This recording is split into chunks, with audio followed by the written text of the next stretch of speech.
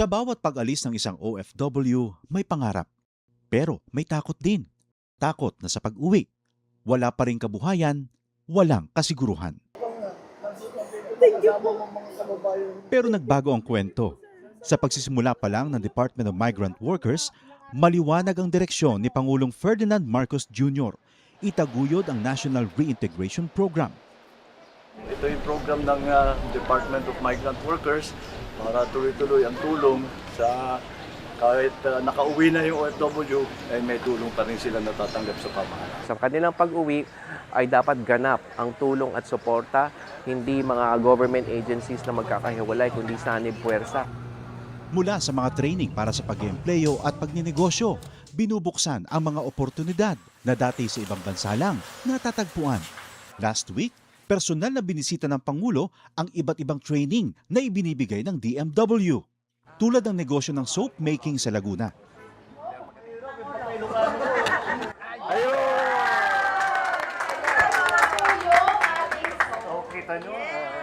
Isa ito sa mga negosyong ngayon nagbibigay ng bagong kita at bagong pag-asa sa ating mga OFW. Isang dating seaman, chef at housekeeping staff. Ngayon, mga negosyante na. Sa pagninegosyo, gumagabay ang Department of Trade and Industry. Ang laki ng ginawa nilang sakripisyo para magtrabaho sa ibang bansa. Tinatawag natin silang bagong bayani. Tapos dapat naman, pag uwi nila, mayroon din tayo may tulong sa kanila para patuloy naman ang kanilang anak. Sa buong bansa, tuloy-tuloy ang trabaho. Isa-isang inaayos sa mga bagay na nagpapagaan sa buhay ng mga Pilipino. Ang pag-uwi para sa mga OFW, hindi nakatapusan, kundi isang matapang na simula para sa ating mga bagong bayani. Paano nga ba mag-register para magkaroon ng schedule sa Bagong Pilipinas Presidential Action Center? Narito ang mga dapat gawin. Gamit ang iyong mobile device, pumunta sa 𝐀𝐏𝑑𝐈𝐋 app. Pwede itong i-download mula sa Apple App Store o sa Google Play Store. Gumawa ng account. Ilagay ang email address, valid mobile number, pagkatapos ay makakatanggap ka ng one-time code sa iyong email. Gamitin ang code sa 𝐀𝐏 app para sa verification ng iyong account at ng mga impormasyong ibinigay. Congratulations! Meron ka ng 𝐀𝐏 app account. Pwede mo na ma-access ang iba't ibang serbisyo ng gobyerno kabilang ang mga serbisyo sa Bagong Pilipinas Presidential Action Center.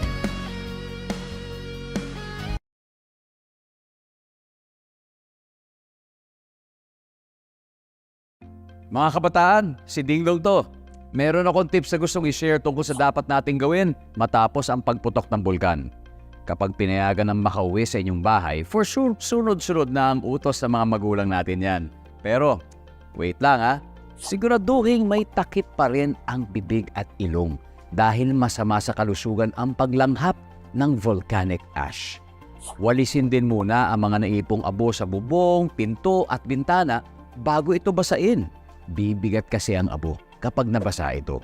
At syempre, huwag itapon ang abo sa kanal kasi naku, magbabara yan. O ngayon, alam mo na ha, good luck na lang sa mga utos ng magulang mo. #panatag ang may alam.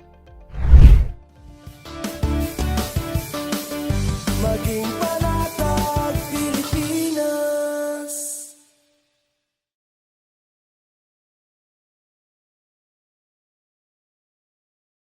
Radyo Pilipinas. Radyo Publiko. Radyo Pilipinas. Radyo Publiko.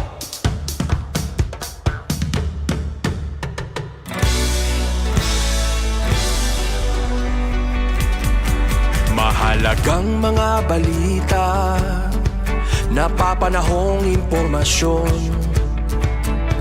Kami ang inyong gabay pag may bagyo at sakuna. Serbisyo ng gobyerno kapag may nangangailangan. Mga proyekto ng Pangulo, damang-dama ang pagmamahal niya.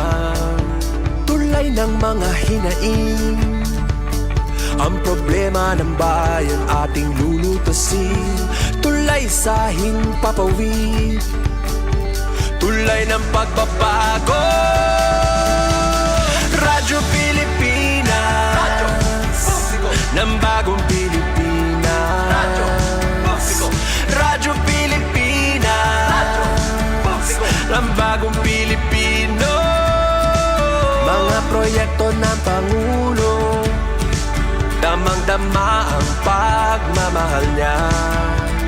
Radyo Pilipinas, radyo publiko, ang boses ng Pangulo.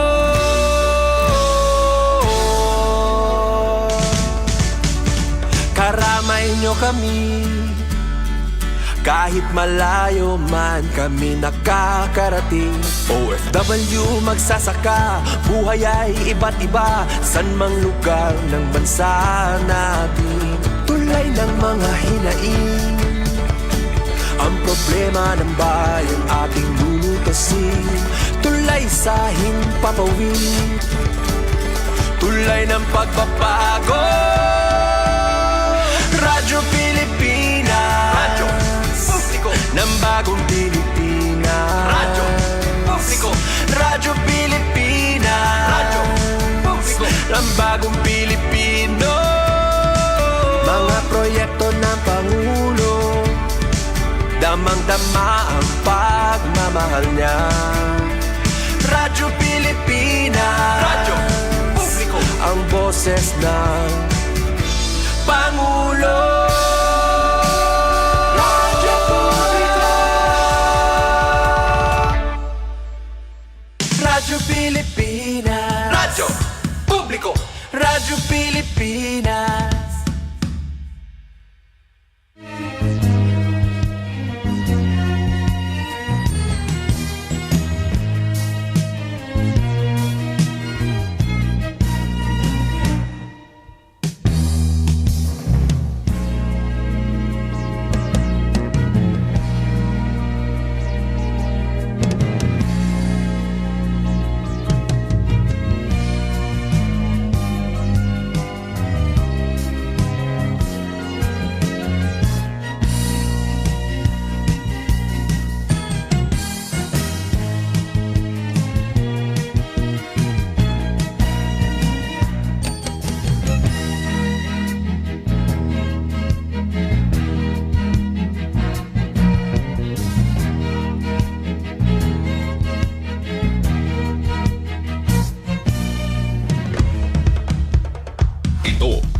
Presidential Broadcast Service. Radyo Pilipinas, radyo publiko ng bagong Pilipinas para sa bagong Pilipino.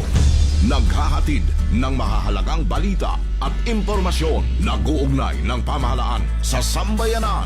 Tulay sa himpapawid ng serbisyo publiko. Radyo Pilipinas, radyo publiko, ang boses ng Pangulo. Radyo Pilipinas, radyo publiko. Philippine Standard Time, alas 7:08 nin pagkaaga.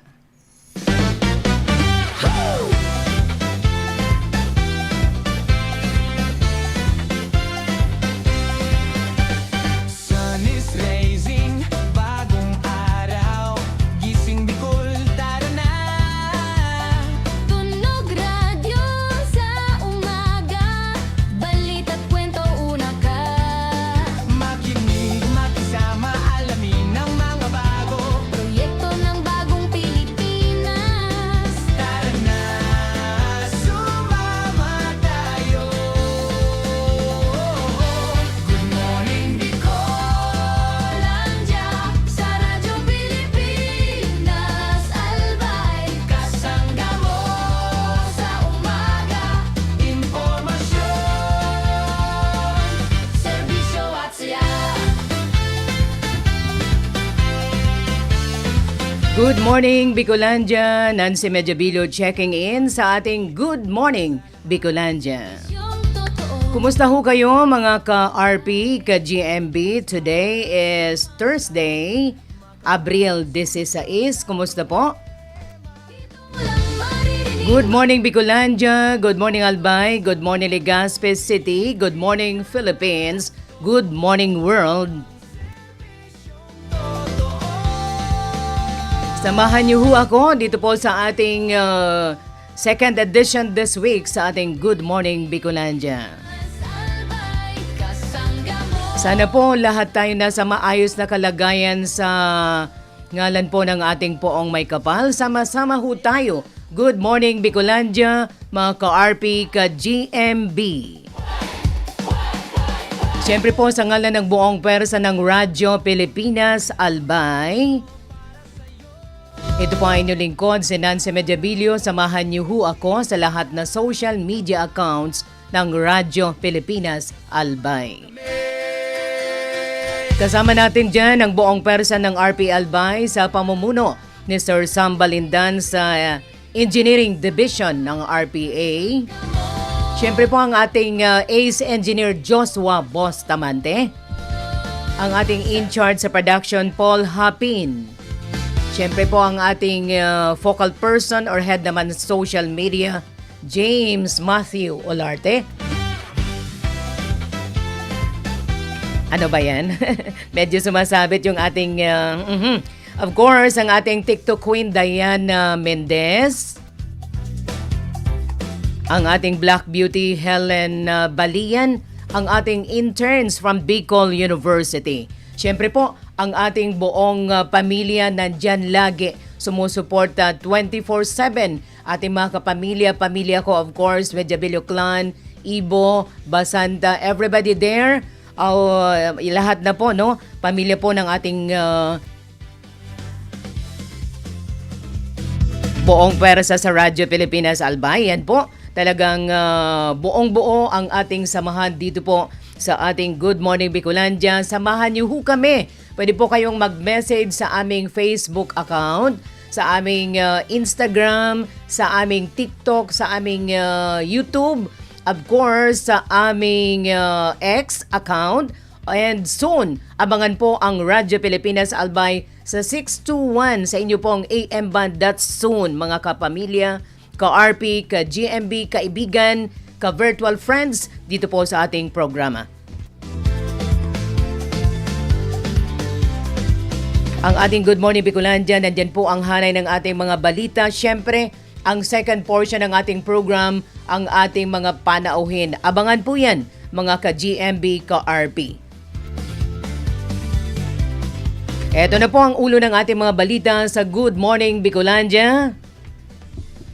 Balikbayan Manggagawa Fair inilunsad ng DepEd at DMW de Bicol para sa mga repatriated OFWs. 20 bigas project at kadiwa ng Pangulo sa Sorsogon, formal ng inilunsad. Mga motorista sa Albay umaasang magtutuloy-tuloy ang pagbaba ng presyo ng langis. Bentahan ng 20 pesos na kilo ng bigas ililipat sa Embarcadero de Legazpi. DOST Sorsogon at LGU Gubat pinalakas ang lokal na produksyon ng Tim-Tim o Timitim. 127 na pamilya sa Masbate formal nang nagtapos sa 4-piece program ng DSWD Bicol. Sa ating pong agri-balita, higit 13 million pesos na pundo, 51 titulo ng lupa, ipinamahagi ng DAR sa magsasaka sa Masbate City.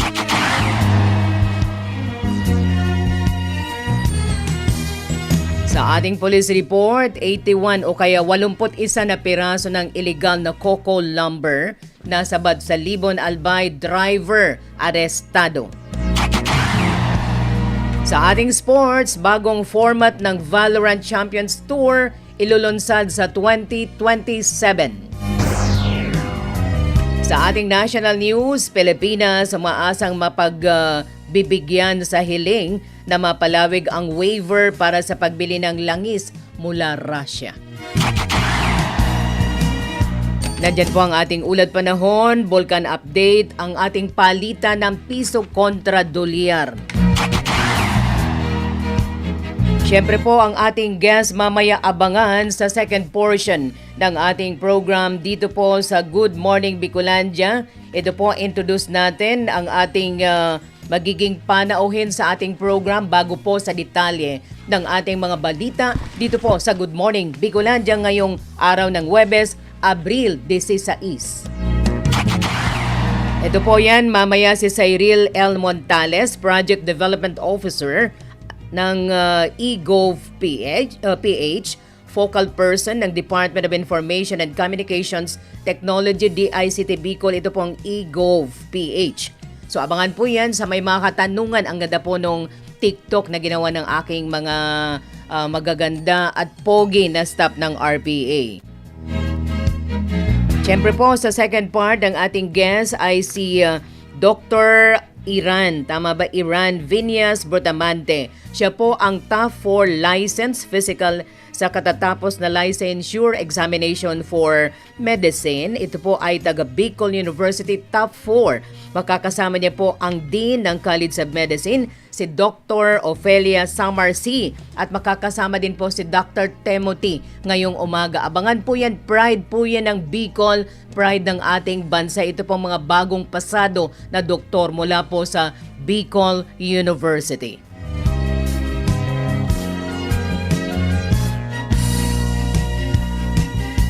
Eto na po ang daloy ng ating mga balita sa Good Morning Bicolandia ngayong umaga dito po sa ating buong pwersa ng Radyo Pilipinas, Albay. Inilunsad ng pinagsanib na puwersa ng Department of Education or DepEd Bicol at Department of Migrant Workers or DMWD Bicol ang Balikbayan Manggagawa Fair sa DepEd Bicol Regional Office, Legazpi City kahapon. Ito po ay alinsunod sa direktiba ni Pangulong Ferdinand R. Marcos Jr. Pinangunahan ang aktibidad ni DepEd Bicol Regional Director Gilbert T. Sadsad na dinaluhan ng 8 benepisyaryo sa Pinas, Ikaw ang Sir at Ma'am or SPIMS program at 30 repatriated overseas Filipino workers na apektado ng umiiral na tensyon sa Middle East.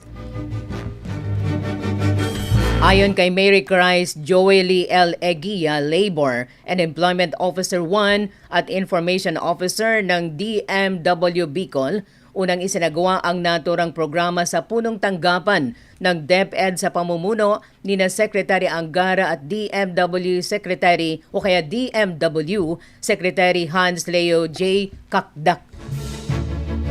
Sa naturang aktibidad sa Bicol, katuwang ang iba't ibang ahensya ng pamahalaan na naglatag ng kani-kanilang serbisyo at programa para sa mga OFWs, kabilang ang DOLE-5, OWA, DSWD, DTI, TESDA, PRC, SSS at Department of Health.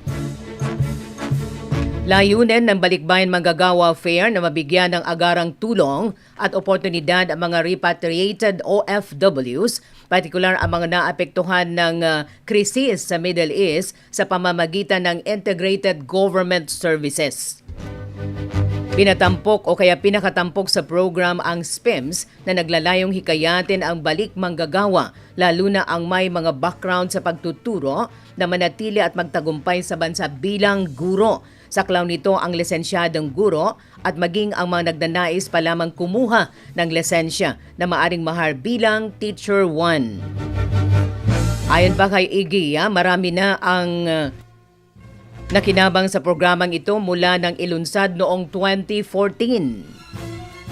Dagdag pa niya, simula pa lamang ito ng mas pinalawak na inisyatiba at inaasang mas marami pang kahalintulad na aktibidad ang isasagawa sa mga susunod na buwan na Mayo at Hunyo kung saan mas maraming ahensya ng pamahalaan ang makikinabang.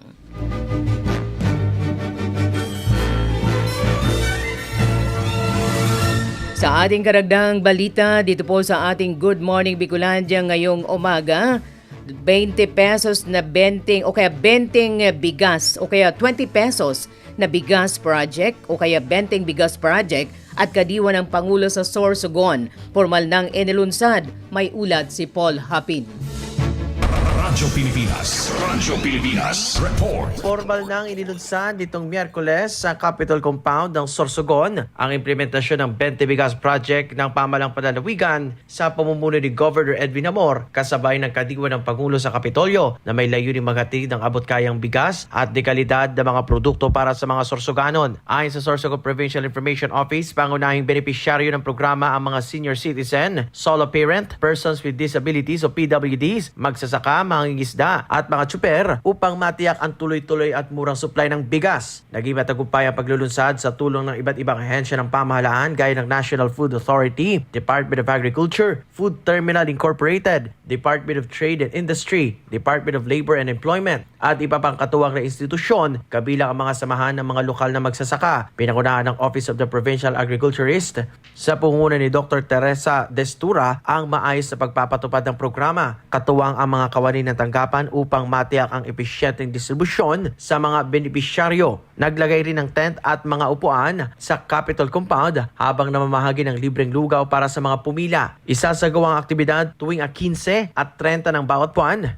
bilang bahagi ng patuloy na pagtugon sa pangangailangan ng mamamayan. Para sa Bagong Pilipinas, Palapin, Radyo Pilipinas, Radyo Publiko, Albay. Salamat po sa iyong balita. Ang ating oras, alas 7:21 ng pag-aaga sa Radyo Pilipinas, Albay. Ating karagdagang balita, mga motorista sa Albay umaasang magtutuloy-tuloy ang pagbaba ng presyo ng langis. Pakinggan natin ang balitang yan kay Diana Mendez. Radyo Pilipinas. Radyo Pilipinas. Report. Umaasa ang mga motorista sa lalawigan ng Albay na magpapatuloy ang pagbaba ng presyo ng langis matapos ang ipinatupad na oil price rollback ngayong April 14, 2026 kasunod ng anunsyo ng pamahalaan sa pangunguna ni Pangulong Ferdinand Marcos Jr. Sa panayam kay Jomar Gonzales Mandak, isang habal-habal driver sa Legazpi City, sinabi niyang malaking ginhawa ang bawas presyo at umaasa siyang magtutuloy-tuloy ito upang unti-unting makabawi ang kanilang kita na anyay halos nauubos sa gastusin sa gasolina sa mga nagdaang linggo. Nanawagan din siya sa pamahalaan na maglaan ng ayuda para sa mga pamilyang apektado ng mataas na presyo ng langis upang makatulong sa kanilang pang-araw-araw na gastusin. Para naman kay Arnel Anyes na pansamantalang naninirahan sa Legazpi City at gumagamit ng motorsiklo para sa trabaho, malaking kabawasan sa kanilang gastusin ang pagbaba ng presyo. Hiling niya na sana ay hindi na muling tumaas ang presyo ng langis dahil mabigat ang epekto nito sa kanilang kabuhayan. Ayon naman kay Arturo Lorejo, mula sa Daraga Albay, malaking tulong ang rollback sa kanilang pagpasok sa trabaho. Anya, dahil sa mataas na presyo ng gasolina noon, hindi sila makapag full tank, ngunit ngayon ay posibleng madagdagan ang kanilang gasolina para sa pang-araw-araw na biyahe. Sa kabuuhan, umaasa ang mga motorista na magtutuloy-tuloy ang pagbaba ng presyo ng langis upang maibsan ang epekto nito sa kanilang gastusin at unti-unting makabalik sa normal ang kanilang kabuhayan. Para sa Bagong Pilipinas, Diana Mendez, Radyo Pilipinas, Radyo Publiko, Albay. Salamat Diana Mendez sa iyong balita. Sa karagdagang balita, bentahan ng 20 pesos na kilo ng bigas ililipat sa Embarcadero de Legazpi. May balita si Helen Balian.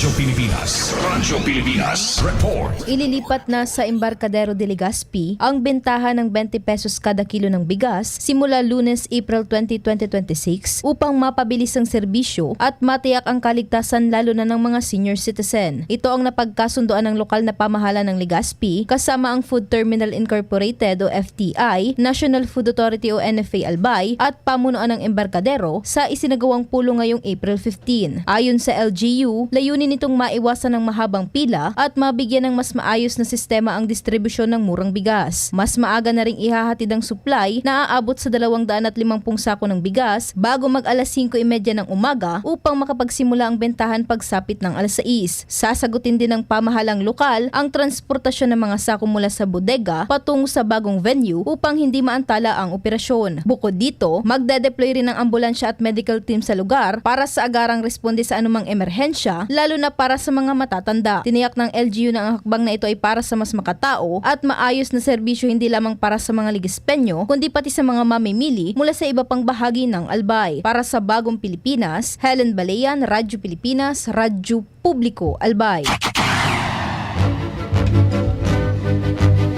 Tuloy-tuloy ho ang bugso ng ating balita sa Good Morning Bicolandia, DOST Sorsogon at LGU Gubat. Lakas ang lokal na produksyon ng timitim. Ano kaya itong timitim na ito? So may report si JM Olarte.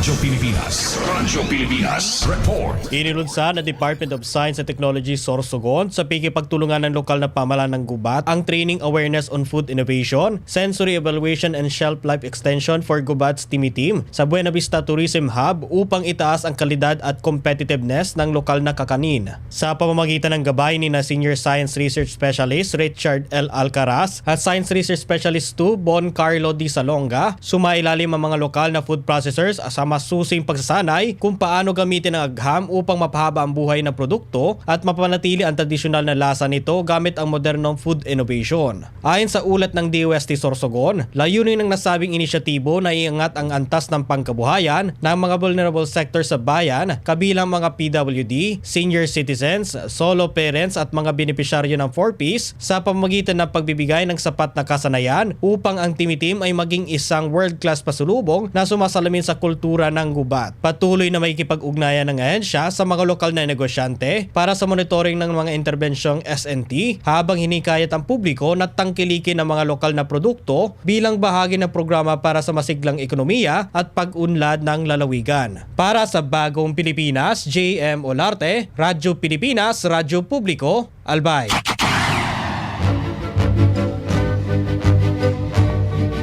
Salamat JM Olarte. Tuloy-tuloy ho tayo. 40 o kaya 4 na po na katao sa Manito Albay nakatanggap ng libreng dental service mula sa Manito Municipal Hospital. Balikan natin si Paul Hapin. Radyo Pilipinas Report. Nasa 40 pasyente ang nakatanggap ng libreng dental service sa isinagawang dental mission ng Albay Provincial Health Office sa Manito Municipal Hospital. Pinakunaan ng outreach activity ng dental mission team sa ilalim ng pangangasiwa ni Dr. Aristotle Alim upang mailapit sa mga residente ang mahalagang serbisyong pangkalusugan sa ngipin. Ayon sa Albay Provincial Information Office, layunin ng aktibidad na mapalawak ang kamalayan ng publiko sa tamang pangangalagad sa ngipin at mabigyan ng serbisyong medikal ang mga may limitadong access sa regular na dental check-up. Kabilang sa mga serbisyong pinagkaloob sa mga pasyente ang tooth extraction at dental consultation para matugunan ang karaniwang suliranin sa kalusugan ng ngipin. Binigyan din ni Dr. Alim ang kahalagahan ng wastong oral hygiene bilang bahagi ng pangkalahatang kalusugan at maayos na pamumuhay. Dagdag pa niya, mahalaga ang mga programa tulad nito upang maiwasan ang mas malalang kondisyon sa ngipin sa pamamagitan ng maagap na gamutan at tamang kaalaman. Patuloy din ani ang Albay Provincial Health Office sa paghahatid ng serbisyong pangkalusugan sa iba't ibang komunidad sa lalawigan. Para sa Bagong Pilipinas, Palapin, Radyo Pilipinas, Radyo Publiko, Albay. Salamat po sa iyong balita. Ito pa ang ating karagdagang balita dito pa rin sa Good Morning Bicolandia. Later, i-shout out natin ang ating audience dito po sa ating program ngayong umaga. 127 pamilya sa Masbate formal nang nagtapos sa 4-piece program ng DSWD Bicol. Narito ang ulat ni Helen Balian. Radyo Pilipinas Report. Formal lang nagtapos sa Pantawid Pamilyang Pilipino Program o 4Ps ang 127 pamilya mula sa Kataingan, Masbate sa isinagawang Pugay Tagumpay 2026 graduation ceremony ng DSWD Bicol. Ang mga benepisyaryo ay kabilang sa Natural Attrition o Code 14 na nangangahulugang nakamit na nila ang mas mataas na antas ng pamumuhay. 50 pamilya ang dumalo at tumanggap ng food support packages mula sa lokal na pamahalaan habang ang natitira ay nakatakdaring mabigyan ng kaparehong tulong. Isinagawa rin ang turnover ng mga pamilya mula sa Porpoise Municipal Operations Office patungo sa lokal na pamahalaan ng Kataingan. Ayon sa DSWD Bicol, magpapatuloy ang suporta sa mga pamilya sa pamamagitan ng mga programa at serbisyo ng LGU at iba pang ahensya. Para sa Bagong Pilipinas, Helen Balayan, Radyo Pilipinas, Radyo Publiko, Albay. Sa ating karagdagang balita, 100 or 100 na kabataan sa Sangay, Camarines Sur na kinabang sa feeding program ng DSWD Bicol. May report si Justin Balauro.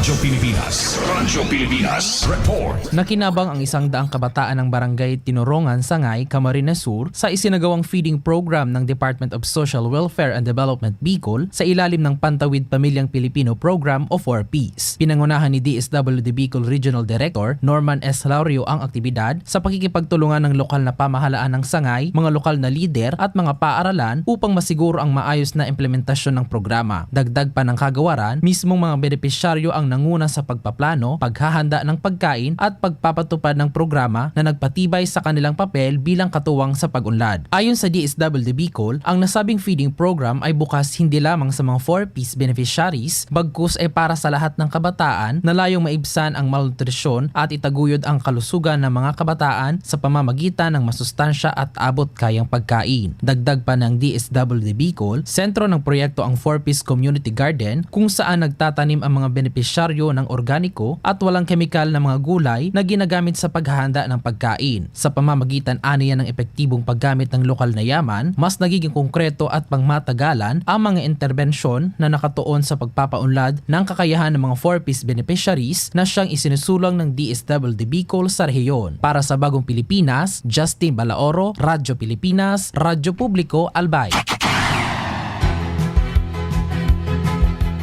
Ngayon sa ating agri-balita sa oras na alas 7:31 nin pag-aaga. Higit 13 million pesos na pundo, 51 na titulo ng lupa, ipinamahagi ng DAR sa mga magsasaka sa Masbate City, si Princess Roda sa news report. Radyo Pilipinas. Radyo Pilipinas. Report. Personal na tumungo si Department of Agrarian Reform, DAR Secretary Conrado Estrella III, dala ang higit 13 milyon na pondo at 51 na titulo ng lupa para sa mahigit 180 Agrarian Reform beneficiaries o magsasaka sa Masbate City. Ayon sa ulat ng ahensya, makikinabang ang mga benepisyaryo sa 8.5 na milyong pondo na inilaan upang bayaran ang dating utang ng mga magsasaka at 4.65 milyong kabuohang halaga naman para sa farm machineries at equipment. Kasabay nito, pinamahagi rin ang 51 na titulo ng lupa bilang patunay ng kanilang legal na pagmamay-ari. Dagdag pa, binigyan ng mga benepisyaryo ng Certificates of Condonation with release of mortgage, opisyal na dokumento mula sa DAR na nagpapatunay na ang kanilang dating utang ay nabayaran gamit ang pondo ng gobyerno at ang kanilang lupa ay tuluyan ng malaya sa pagkakasanla. Para sa Bagong Pilipinas, Princess Teresa Roda, Radyo Pilipinas, Radyo Publiko, Albay.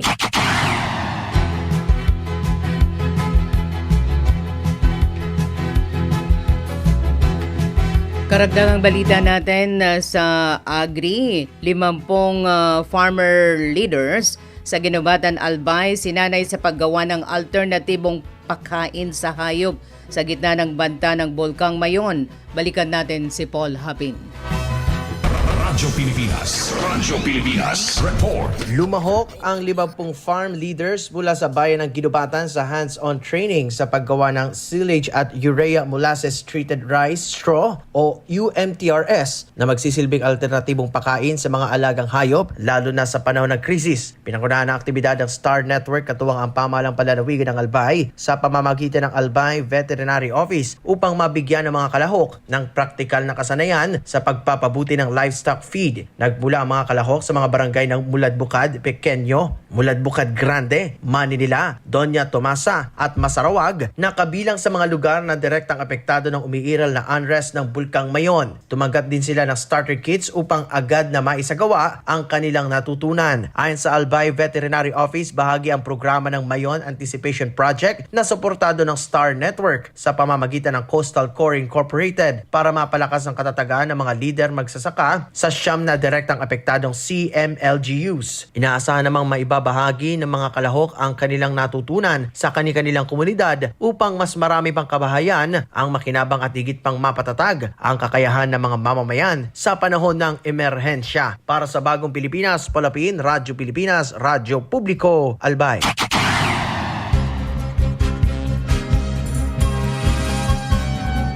Salamat Paul. Ngayon tunghayan natin ang police report.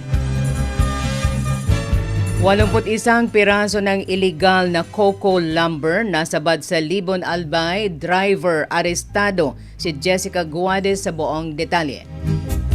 Radyo Pilipinas. Radyo Pilipinas. Report. Nasabat ng mga otoridad ang 81 peraso ng pinutol na coconut lumber mula sa isang jeepney sa bayan ng Libon, Albay nitong April 14, 2026. Nahuli ang suspect na kinikilalang si alias Edison, isang residente ng Karatig Barangay sa naturang bayan. Ayon kay Police Colonel Noel Donato Nunez, Provincial Director ng Albay Police Provincial Office, nasabat ang mga illegal na coconut lumber matapos parahin ng mga tauhan ng Libon Municipal Police Station ang isang jeepney habang nagsasagawa ng oplansita sa ilalim ng direktang superbisyon ni Christian Buwal, Chief of Police. Gayunpaman, bigo ang driver na magpakita ng kaukulang dokumento para sa pagbiyahe ng naturang mga kahoy. Dahil dito, agad itong inaresto at kasalukuyang nasa kustudiya ng pulisya. Sasampahan ang suspect ng kasong paglabag ng Republic Act 8048 na inamendahan ng Republic Act 10593 at Republic Act 9175. Ayon sa pulisya, ang pagkakasabat ay bunga ng patuloy na pagbabantay ng mga otoridad at pakikipagtulungan ng komunidad upang mapigilan ang ilegal na pagtutroso at mapanatili ang kaayusan sa lalawigan. Para sa Bagong Pilipinas, Jessica Guadas, Radyo Pilipinas, Radyo Publiko, Albay.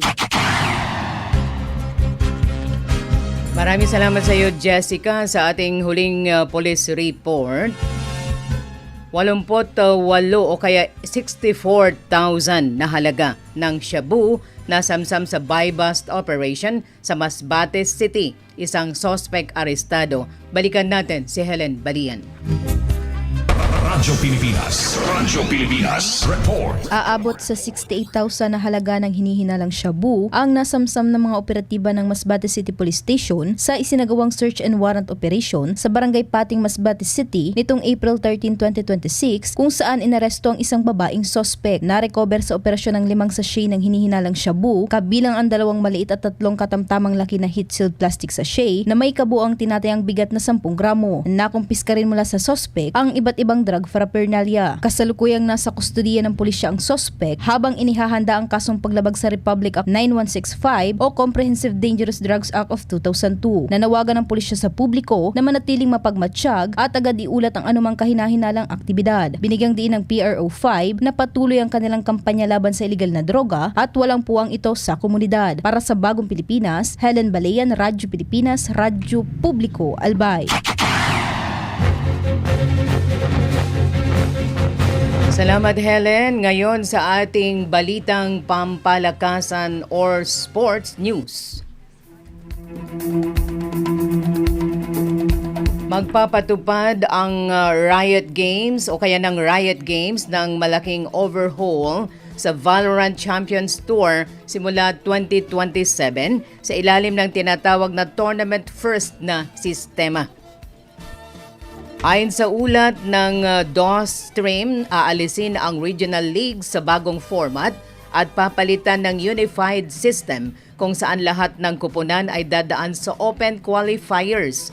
Ang mga magtatagumpay ay uusad sa VCT Cups bago makapasok sa Masters of Champions. Target ng pagbabago na gawing mas bukas at kompetitibo o competitive ang liga na may direktang pathway patungo sa international events. Aabot sa higit 6 na milyong dolyar ang kabuang prize pool kada taon at sasagutin ang travel expenses ng mga kalahok.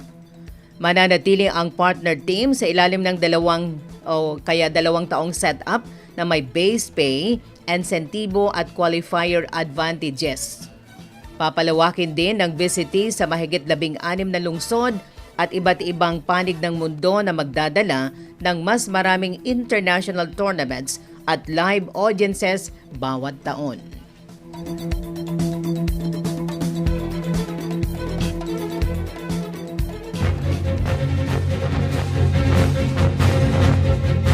Ngayon sa ating balitang nasyonal, ang oras po sa Good Morning Bicolandia sa Radyo Pilipinas Albay ay alas 7:39. Doon po sa mga nagmamadali, lalo na may oras silang alas 8, yan may oras pang konti. Ano po? Sa ating balitang nasyonal, prioridad ng pamahalaan na magkaroon ng diversified or mas malawak at iba't ibang sources ng produktong petrolyo ang Pilipinas upang masiguro ang katatagan ng oil supply sa bansa sa gitna ng tensyon sa Middle East. Sa press briefing sa Malacanang, sinabi na Department of Energy Secretary Sharon Garin na sisiguruhon ng gobyerno na sapat ang fuel supply ng bansa kung saan 30-day waiver sa pagbili ng krudo sa Russia ay hindi na mapapalawig. Kung matatandaan, kailangan munang humingi pa ng go signal ang Pilipinas sa Estados Unidos para sa pagbili ng krudo mula sa Russia. Dahil mayroong umiiral na sanction ang United Nations laban sa Russia, bunsod na ginawa nitong pag-atake at pananakop sa Ukraine. Sabi ng kalihim, nakipag-ugnayan na ang Department of Energy sa Department of Foreign Affairs upang humiling ng panibagong window or extension sa pag-aalis ng embargo sa pagbili ng Russian oil. Bukod dito, sinabi ng kalihim na ang Pilipinas maaari ding bumili ng krudo mula sa mga bansa sa South America tulad ng Colombia at Argentina, habang nariyan rin anya ang bansa sa North America tulad ng Canada at maging sa Estados Unidos. Sa ating huling balita nasyonal sa Good Morning Bicolandia, kinilala ng Civil Service Commission ang mahalagang papel ng solo parent na kawani ng gobyerno na sabay na ginagampanan ang responsibilidad ng pamilya at serbisyo publiko. Ayon sa komisyon, may karapatan ang mga kwalipikadong solo parent government workers sa 7 araw na parental leave na may bayad kada taon. Bukod pa ito sa iba pang benepisyo at flexible work arrangements. Nakasaad ng alituntunin sa ilalim ng CSC Memorandum Circular No. 8 Series of 2004. Iginiit ng CSC na patuloy nitong sinusuportahan at pinapahalagahan ang kapakanan ng mga empleyado upang mapanatili ang maayos na balanse sa trabaho at pamilya. Dagdag pa ng ahensya, ang dedikasyon ng mga solo parent ay patunay ng puso, dangal at galing ng mga lingkod bayan.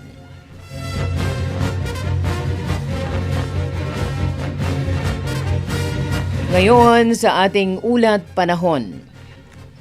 Bahagyang maulap na kalangitan at posibilidad ng thunderstorms asahan sa Bicol Region ngayong araw. Ayon po ito sa Pag-asa. So pakinggan natin si Madam Alexis Ruy Vibar, weather forecaster, Pag-asa Southern Luzon. Radyo Pilipinas. Weather.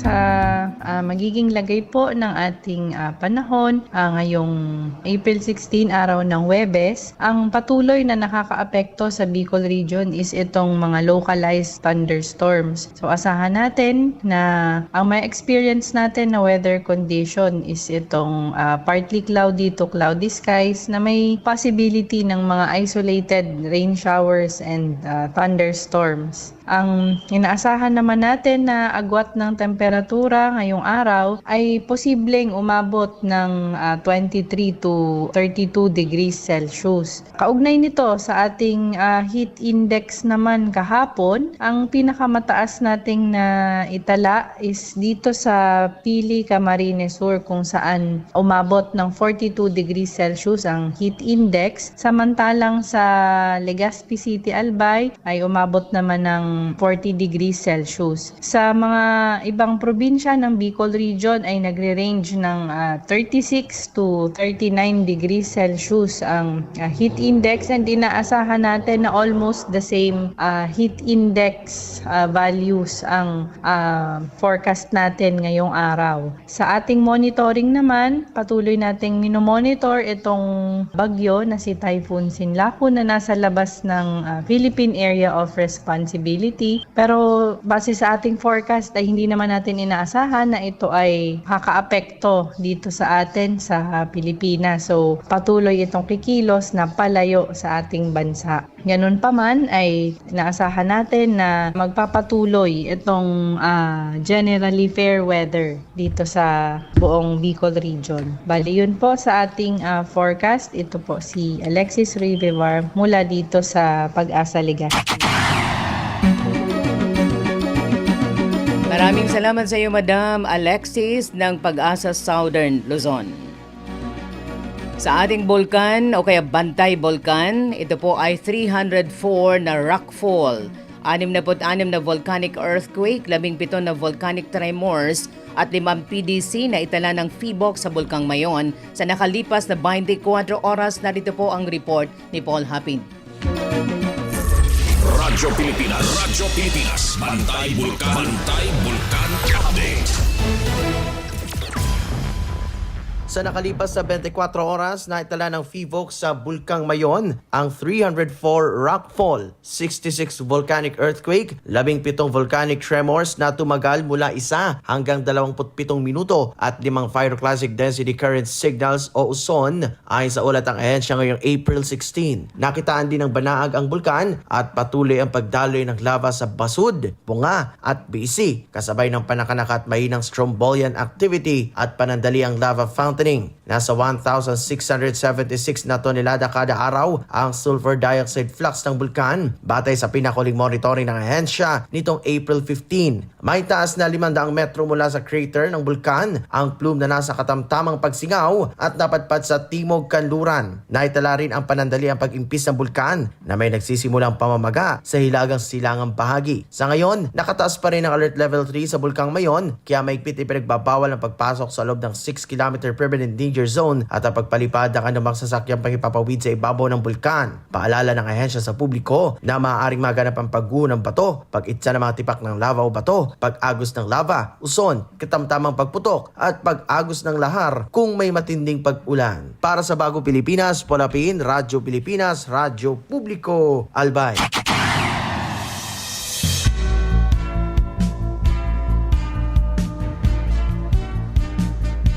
Salamat po. Ngayon ang ating palitan ng piso kontra dolyar. Nasa 59.86 cents o kaya 59 pesos .86 sentimo.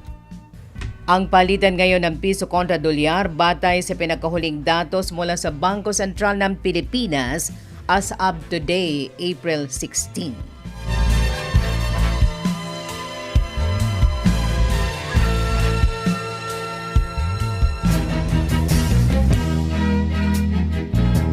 Ayon, maraming salamat sa aking buong pwersa ng Radyo Pilipinas Albay. Thank you, Diyos. Bali, yun po mga ka-RP, ka-GMB, ang buo ng ating siksik na balita sa Good Morning Bicolandia. Siyempre po, sa ngalan ng ating buong pwersa ng Radyo Pilipinas sa ating mga virtual audience, supporters po natin, shout out pala, no? Ating kapamilya under Presidential Communications Office, yan po sa Philippine Information Agency, lalo na kang ARD Lizelle Makatangay, Madam, dyan sa Naga City. Of course, kay Director Dudes Marianito, Sir, good morning. Of course, kasamahan din natin dyan si 𝐀𝐏𝐑𝐈𝐋 Lipay ng Philippine News Agency. And syempre po ang ating mga different government agencies na lagi nakasubaybay, nakasupport sa Radyo Pilipinas. Dyan po sa Dolly 5, si Madam JB, si RD Neneng o Dedeng Gatinaw. Syempre po si Ma'am Ching Triumfante. Likewise, si Ms. Tin Paulino. May mga events po silang upcoming. Then shout out po naman sa mga clan ng Medjabilio dyan sa Las Piñas. Diyan po sa Nabua, of course, sa Albay, diyan sa bahay. Sa Netherlands, sila Nene and Nono, kay Toy and Shami. Doon sa mga naglalaro ng tennis, lawn tennis. Of course, kay Lucio Senrio. Diyan po sa Santo Domingo, Albay, Basanta family. Kay Sister, diyan sa Baaw, Camarines Sur. Mga familia Ibo, Mirando, and of course, diyan sa pamilya ni Sir Sam, diyan sa Baaw, Siringman, yung mga taga Bula, Bustamante Clan, yan. Kumusta man po dyan? Siyempre, ang makasamahan natin dito sa Legazpi City, Familia Olarte, Sorsogon, mga Hapin. Then, saan pa sila? Helen. Dyan, Santo Domingo pala, mga Balauro, Balian, Banyadera, kila Janet. Yan, kumusta dyan? And then, iba pa nating audience. Ito po, good morning kay Madam Elena Pangilinan. Good morning, ma'am. Sa pag-support sa ating program. Of course, kay Miss Cyril Montales later. Guest natin sa ating program via Zoom. And later, ang ating guest sa program, yung Pride ng Bicol University, Pride ng Albay, Pride ng Legazpi, Pride ng Bicol, ang top 4 and another passer po na taga Bicol University. Kasama po yan ni Mads Dr. Ofelia Samar C., ang dekano o dean ng College of Medicine sa Bicol University. By the way, meron tayong mga announcement before sa ating mga commercial o plugs. Patalastas, wala ho kaming commercial sa ating plugs dito po sa Radyo Pilipinas. Good morning, thank you. Palakay pa, yung aking mister nandyan very early. Inahatid tayo sa ating sa station. Thank you very much pa. Of course, sa ating mga kids dyan, kumusta? Sa mga, wag masyado sa gadgets, no? Later, pag-usapan natin yan yung gadgets. Ano po, ngayong bakasyon, baka masubrahan sa gadgets ang ating mga kabataan. Mads, so often later, magkikita ho tayo. So may mga announcement, babalikan po natin yan. Ang ating announcement. By the way, kay Tin Paulino, meron siyang event na upcoming. Abangan po natin ito. Ang upcoming event, ito pong Mount Mayon Marathon. Abangan, mag-coordinate lang po kay Miss Tin Paulino. Ito po ay sa May 10. Then, dun naman sa actually kay Coach Mike, doon po sa gustong may mga bata na may talent sa pagkanta. Abangan po ninyo, mag-register kayo or magpa-enroll kay Coach Mike. Ito pong World Pop-Up Music. Kailan kaya? Mayroon yun announcement si Coach Mike. Abangan natin po yung kanyang announcement. Di ko makita. Siguro pwedeng ipa-message sa akin ni Coach Mike para ma-announce natin sa ating program. Doon sa mga bata, instead masobrahan ng laro sa gadgets, yan, mag-enroll kayo dyan. And then doon sa mga tennis enthusiasts, lalo na po dyan sa Camp Ola, mayroon sila nitong event, upcoming. Sana kayo yung aking list nito. So, abangan po ninyo ito dyan po sa upcoming event. Yan. Ito po yan. Camp Ola Tennis Club, First FYN Club, o Cup yan. Camp Ola Tennis Club, First FYN Cup, May 28 to 31. So, ito po Class A doubles, Class B doubles, Class B doubles, and Ladies doubles. So maganda po ito, may mga konti lang ang premyo pero ang importante talagang naglalaro kayo. So ito po ay magandang hobby ngayong panahon instead na masobrahan ng gadget, lalo na po yung mga kids natin. Bakasyon, mag-basketball, mag-tennis, maglaro sa labas, and may mga workshop sa musical, sa arts, and kung ano-ano pa po. Suportahan natin ang ating mga kids na yan and bantayan ng mga magulang kasama sa bahay. Limit talaga ang paggamit ng gadget. So mga ka-RP, ka-GMB, time check sa Radyo Pilipinas, alas 7:53, magbabalik ho tayo sa ating Good Morning Bicolandia. Time to celebrate kulturang Pinoy. Tradisyon, musika, sining, literatura at iba pa. Anything and everything fun and Filipino. Ito ang Pinoy Kultura. Bahay kubo, kahit munti. It's a song Filipino mothers teach their kids early on. A sort of teaching song. Natuturo sa mga bata magbigkas ng salitang Pilipino. Of all things, pangalan ng mga gulay. And maybe encourage them to eat vegetables. Everyone knows it. If you don't, hindi ka lumaking batang Pilipino. Wikipedia describes it as a Tagalog folk song that talks about a cube house made of bamboo with a roof of nipa or palm leaves, surrounded by different vegetables found in the Philippines. Wikipedia says it's from the lowlands of Luzon. It's said to have been written by national artist Felipe Padilla de Leon, was first included in the collection of Filipino folk songs in 1924. In 1966, famous soprano Sylvia La Torres sang her version of it on her album.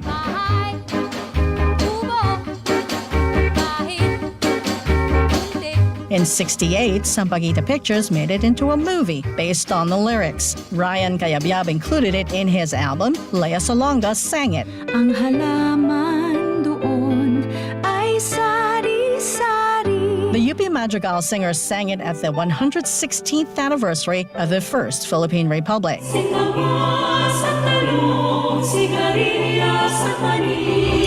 Bahay Kubo is a long-lasting legacy. You still hear it today. Laman ng mga trivia contest. The number of Filipino school children that have sung the tune are legion. Many doing so ad infinitum in school programs, making it the most recognizable and easy to remember tunes ever.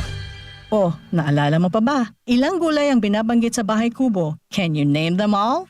Yan ang Pinoy kultura because our culture is cool. Maging fuel efficient. Planuhin ang bawat biyahe para iwas traffic. Mag-carpool para sa mababang carbon footprint at emission. Tipid na pamasahe, may savings ka na aabot sa 10%. This is a public service announcement from the Department of Energy and this station. Mabilis ang trivia. Dagdag talino. Heto na ang Dagling Kaalaman. Dagling Kaalaman, knowledge in a snap. Para sa mga OFW na nais umuwi ng bansa sa panahon ng krisis, narito ang proseso na pinapatupad ng OWA para sa ligtas na repatriation. Unang hakbang, Request for Assistance o RFA. Maaaring humingi ng tulong ang OFW sa pamamagitan ng pag-walk-in sa OWA, pagtawag sa hotline 1348 o pag-message sa Viber, WhatsApp at email ng OWA. Ikalawang hakbang, Response. Kapag natanggap na ang request, agad itong inaaksyonan. Tinitiyak muna ang kaligtasan ng OFW at ina-assess ang kanilang pangangailangan tulad ng evacuation, pansamantalang tirahan at iba pang tulong.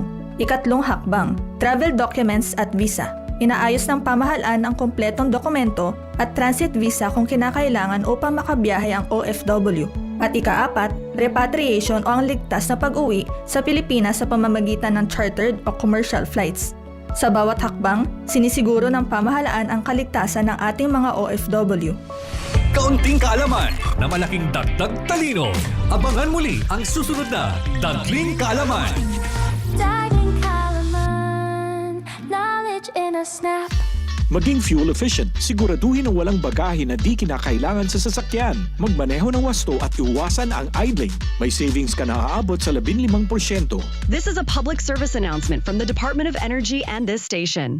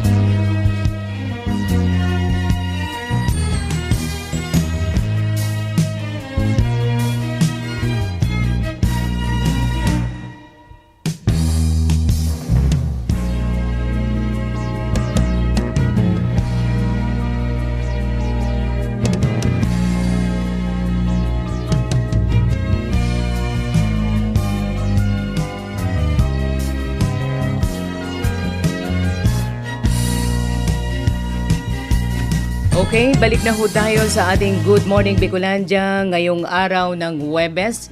Ang oras natin alas 7:59. Good morning mga ka-RP, ka-GMB. Good morning Albay. Good morning Legazpi City. Good morning Bicol, Philippines. Well, bago sa ating Zoom, nandito na po yung Pride ng Bicol. Ano po, maya-maya magkakasama natin yung top 4 sa katatapos na licensure examination for medicine. Si Dr. Iran. Tama ba Iran? Dr. Iran Vinyas Bratamante. Abangan natin yan later. Okay na, Paul, yung ating guest, si Ma'am Cyril Montales ng DICT. Makakasama natin. While hinahintay natin si Doc Ofelia Samarsi, ang dekana Dean ng College of Medicine ng Bicol University. Mads ko po yan. Marami namin yung pinagsamahan ni Madi sa Philippine Science High School. Yung kasal ng eldest ko, ninang siya. Then, ninang din siya nung first kong apo. Si Lucius. Okay na ba si Cyril na James? Okay. Cyril, good morning. Welcome. Yes po. Siya po ang ating guest today, Part 1, Cyril Montales, Project Development Officer 2, eGov Help Desk, Miss Cyril L. Montales ng DICT 5. Hi, nandiyan na yung ating beautiful girl ng DICT 5. Good morning, Sai. Welcome sa Good Morning, Bicolandia. Good morning po, Ma'am Nancy, and also good morning po sa lahat ng mga tagapakinig at tagapanood po ng inyong programa. Yeah, nice to see you. Nice na makasama ka namin dito po sa ating program. Alam mo, hindi ako masyadong teke. But now, kailangan natin malaman ano ba itong eGov. So, Miss Sai, can you tell us ano bang mandato dito ng DICT about dito sa napakahalagang papel ng inyong tanggapan? Kindly tell our audience. Ayan po. So, kami po sa DICT po, kami po yung primary policy planning, coordinating, and implementing administrative entity ng executive branch that will plan, develop, and promote the National ICT Development Agenda. So, madami po kaming mga programa tulad po ng Free Wi-Fi for All program, ILCDB, IIDB, or ICT Industry Development Bureau, yung mga digital literacy trainings po natin, and also cybersecurity, Philippine National Public Key Infrastructure, and also the GovNet, and ito po, the eGov PH app. So, ito po, eGov PH app po, ma'am. Ito po ay isang mobile application, a one-stop shop mobile application of all government services po from national and local government units po. Ayan, so ma-access po nila yung iba't ibang government services po tulad ng mga services po ng PhilHealth, Pag-ibig, BIR. Ayan, so nasa iisa na po siyang, parang naka-in-house na po siya through the eGov PH app. Momesay, napakahalaga to. Ang ganda yung TikTok nyo ng aking mga staff. Yun ang kinakampaign ng Radyo Pilipinas, Albay. Informative yet entertaining. And thank you for joining my staff para mas ma-drumbeat natin, mas makascade natin. Ano ba yung eGov app? Ayun. So nasabi mo it's a one-stop shop ng government services. So ano ang dapat gawin ng ating mga kababayan na wala pa nito na app? So unang-una, paano ka muna magkaroon ng app? Kindly tell us how to do that. Ayan po. So para po magkaroon po tayo ng eGov app, kailangan lang platforms po natin. For example po, sa Android po ay yung Play Store, yung mga naka-iOS naman po sa App Store po, and also sa Huawei naman po. So basically po, hindi po siya gumagana, for mobile lang po siya, so mobile device lang po siya. Hindi siya gumagana sa laptop or sa tablet pa po. So we are working on it po na function din po siya sa tablet po para po ma-access din po na sa ibang devices po yung eGov PH app. And of course po, mabilis lang po pag-download nito. Kailangan lang po i-install and then ilalagay po natin yung ating mga details po. And of course, kailangan po natin ng ating valid ID.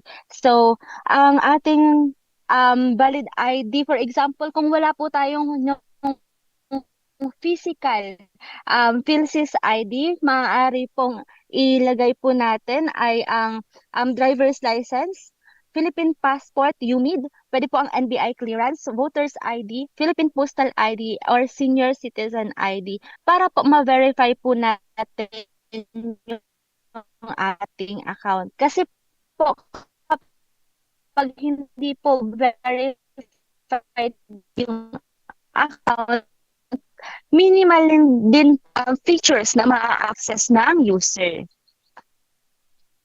So yan, tama Miss Sai. Medyo nagwe-wave yung signal mo. Ayan, medyo nagkakaroon ng konting, how would I describe it?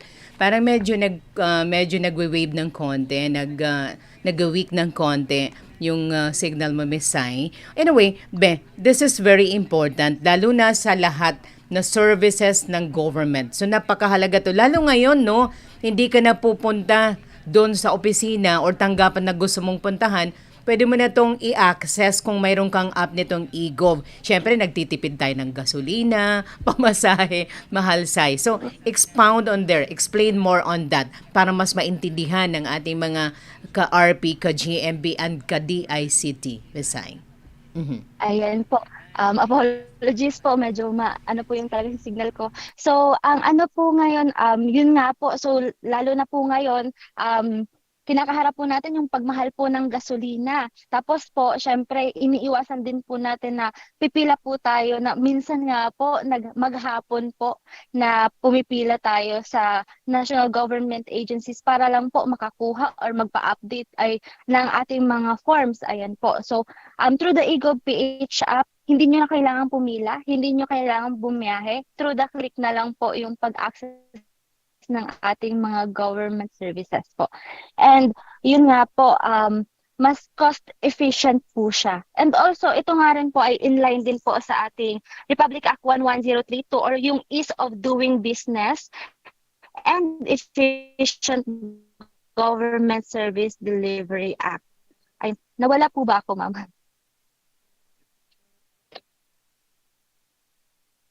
Okay, Sai, tama yon. So, napakahalaga po nitong pinag-uusapan natin ngayon, reducing the cost between the government and the people. And timely, ngayong panahon, di ba, sabi ko nga, Sai, di ba kahapon, ang ganda yung TikTok nyo, no? So, I love that ulitin ninyo ulit anong mga programs and services ng DICT together with the RPA. Well, itong mga magagaling nating doktor later, baka pwede to pa TikTok ni Dayan. San si Dayan, no? Yung mga pogi nating bagong pastors and top 4 mga placers ng katatapos na. Yan, Dayan, itong mga ano natin, later mag-ready ka na ng content mo. Pwede sa medisina or what na pwedeng maisipan ng ating TikTok kwento. Pwede to talaga. Mga handsome and mga matatalino. Abangan po yan sa second po. Sai, eto, as the sabi di, reducing, timely po ito. So for now, do you have that target na dapat lahat, as much as possible, yung ating mga kababayan magkaroon nito? Kasi I remember nung nag-travel kami sa abroad, napakahalaga sa airport pa lang you have that app. Kasi kailangan mo mag-access, hindi ka makakasakay ng plane kung wala kang app ng eGov para doon sa mga details ng flight mo, kailangan nakalagay doon. So mahalaga po ito. Do you have that specific deadline that everyone must have this app? Lalo na sa, of course, sabi mo mobile pa lang. So probably, sabi mo later, DICT is planning na expand ito not only sa mobile unit, kundi pwede sa tablet, sa laptop, o kung ano pa, Sai. Please. To clarify po is, for Android lang po talaga siya. Hindi po siya sa laptop or sa website po. Pero po, wala po kaming specific, ang target po talaga namin ay lahat po ng mga Filipino ay meron po eGov.ph app. And also po, continuous po kami medyo kindly advise, Paul. Pupunta po sa iba't ibang lugar, sa mga events po, to promote the eGov.ph app and also encourage them to use the eGov.ph app.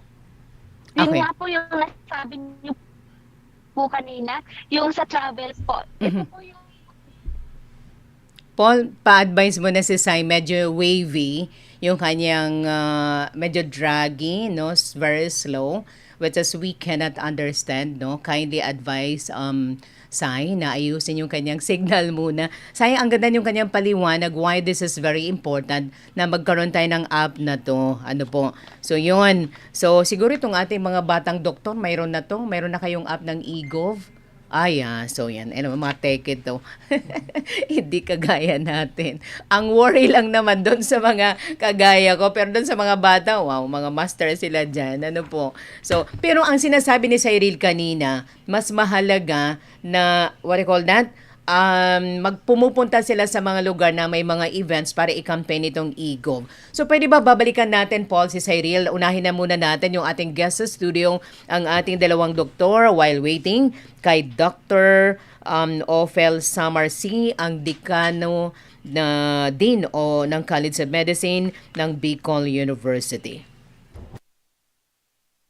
Okay, Joss, konti munang isang plug muna dyan. Then, segue tayo dito sa guest natin sa studio, dito po sa ating program. Paul, pa-advise na lang si Cyril, babalikan natin siya. Unahin na muna natin yung guest natin sa studio, ang dalawa nating batang doktor pride ng Bicol University, ng kanilang pamilya ng Albay ng buong Bicol and ng buong Pilipinas. Okay, babalik ko tayo sa Good Morning Bicolandia.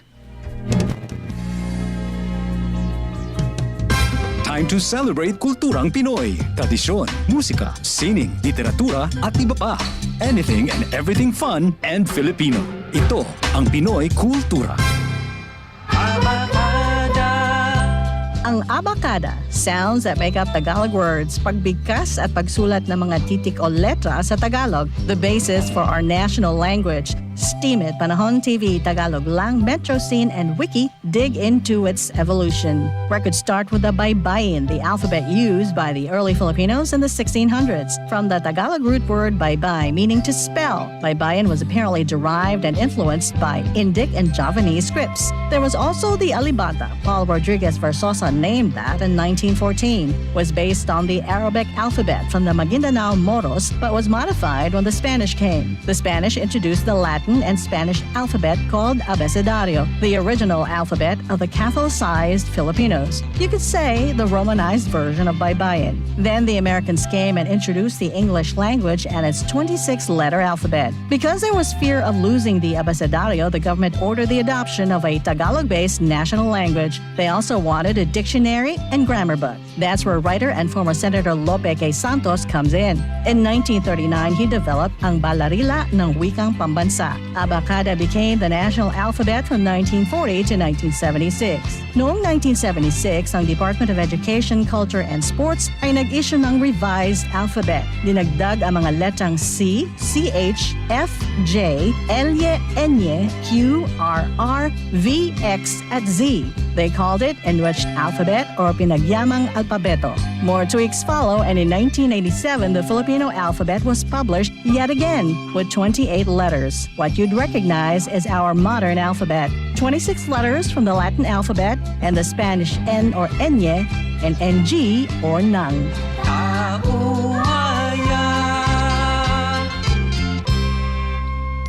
Yan ang Pinoy Kultura because our culture is cool. Mabilisang trivia, dagdag talino. Heto na ang Dagling Kaalaman. Dagling Kaalaman, knowledge in a snap. Alam ba ninyo na noong October 26, 2025, opisyal nang naging ika-11 miyembro ng Association of Southeast Asian Nations o ASEAN ang Timor-Leste o mas kilala bilang East Timor matapos ang mahigit 14 na taong paghihintay at proseso bago ang full membership sa regional bloc. Masayang tinanggap ng mga lider ng ASEAN ang bagong bansang ito sa ASEAN Summit sa Kuala Lumpur, Malaysia kung saan nilagdaan ang formal na deklarasyon ng pagsapi. Ayon sa mga opisyal, ang pag-anib ng Timor-Leste sa ASEAN ay simbolo ng mas malalim na pagkakaisa at kooperasyon sa Timog Silangang Asya at pagkakataon para palakasin ang kalakalan, seguridad at pag-unlad ng rehiyon. Ito ang unang pagkakataon mula pa noong 1999 na may nadagdag na bagong miyembro sa ASEAN. Isang makasaysayang sandali para sa buong rehiyon. Kaunting kaalaman na malaking dagdag talino. Abangan muli ang susunod na Dagling Kaalaman. Dagling Kaalaman, knowledge in a snap.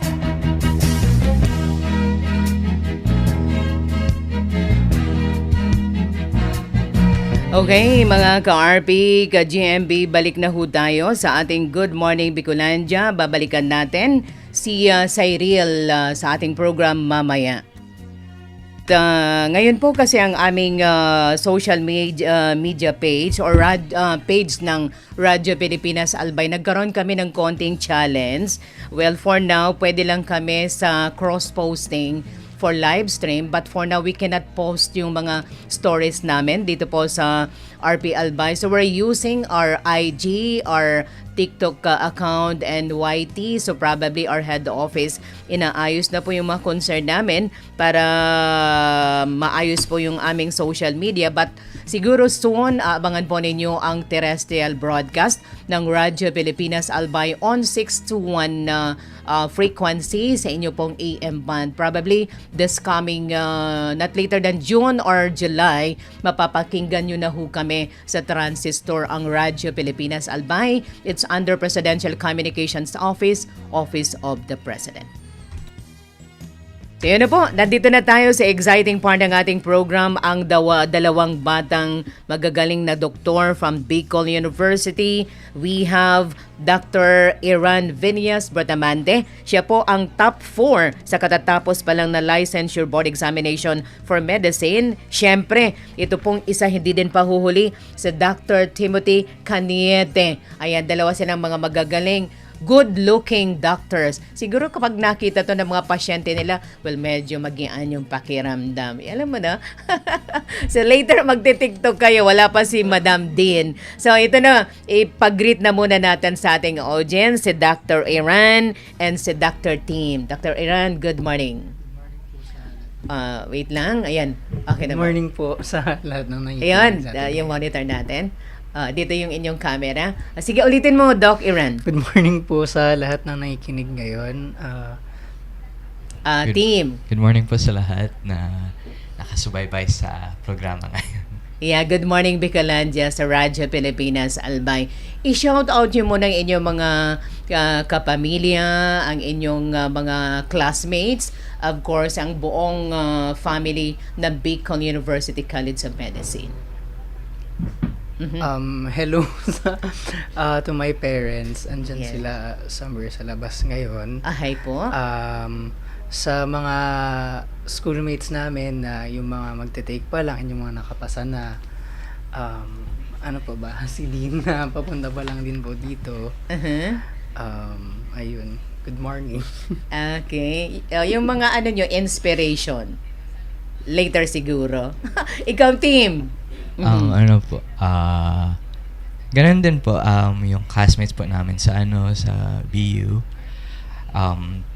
yung friends and family po namin, wherever they are in the Philippines. Gym family ko po sa Colossal Fitness Gym and sa alma mater ko po sa high school, Christian Heritage Baptist Academy. Hello po, good morning po. Saan yun yung school na yan? Sa may po siya, sa Washington po. Okay. Sige. Christian, that's, yes, inspiring. We need spiritual, deeper spiritual life. Okay. So yun, medyo seryoso tayo doon. Ayan, ito medyo. First time nyo ba mag-guest sa ganito? Yes. Yeah. Sige. Para next siguro pag-guest nyo, meron na kayong field of specialization. Doon na tayo sa kabila. So, part ng baptism of fire, kumbaga. Tama, do you know that, diba? Siguro maganda rin ito. I make it very lang sa inyo. So, ito, mga doktor kasi ito. Pag mga doktor, puro yan, diba? Technical, scientific. Pero kami kasi, more on, we talk more, but we listen also because we have, sabi nga, diba? So, anyway, kumusta lang sa mga parents, proud parents and family nitong dalawa na to. And together, doon sa mga kabats nyo din na nandyan sa Bicol University. Okay, so ang tanong dito, may ready kasi yung aking staff. Thank you. But anyway, pwede naman tayong all systems go pag-usapan natin dito. Ano yung, syempre initially, pag naramdaman nyo to na pasado kayo, top 4 placer kayong dalawa and talagang matataas si Doc Iran, top 4. Nako, Iran, mukha kasing very, yung pangalan mo ngayon, matunog yung Iran, di ba? No, seriously. Before that, tatanungin kita, bakit Iran yung pinangalan sa'yo? But anyway, ano yung naramdaman nyo both nung malaman nyo, top 4 ka, tapos si team passer, kay konti na lang, papasok ka na rin sa top 10. Yes, Doc Iran. Honestly, nung at first, parang hindi siya nag-sink in agad kasi yung exam is sobrang hirap talaga. Opo, like after nung last day, sobrang down na nung feeling ko kasi iba talaga yung hirap ng exam. Opo, kaya nung medyo matagal din yung interval nung after nung last day ng exam saka sa release. So parang ang daming kung ano-anong emosyon yung nararamdaman habang naghihintay. And then when the day na, during the day nung release ng exam results na nga, parang hindi pa nag-sink in agad na pumasa na, tapos nag-place pa nga sa top 10. And then, yun, sobrang grateful po na ganun yung naging resulta. Lumokso ka ba? Hindi naman Sumigaw? po. Sumigaw lang. Yeah. Normal reaction really para daw maalis yung tense. Tamang mga doktor kayo, diba? That's part of releasing something pressure or tense. Would it okay, tama ba, diba? Siyempre yung magulang mo, kumusta naman naging reaction? Sino una nakaalam pala? Sino nagbalita sa'yo? Yung sa batch GC po namin may nag-chat na may placer nga daw po. Tapos nung chinek na namin yung results, nakita ko yung pangalan ko. Wow. Hindi ko alam kung ano yung ang dami kong naramdaman that time. What about your parents? Sobrang saya din po nila na yun nga po kasi nakita nila yung hirap din ng pag-prepare for the examination. So, yun po. Sige, Iran. Doc Iran. Babalikan natin si Doc Iran. Ikaw naman, Doc Team. How was the feeling? Nung una na nalaman natin, muntik na ako pumasok sa top 10. Okay.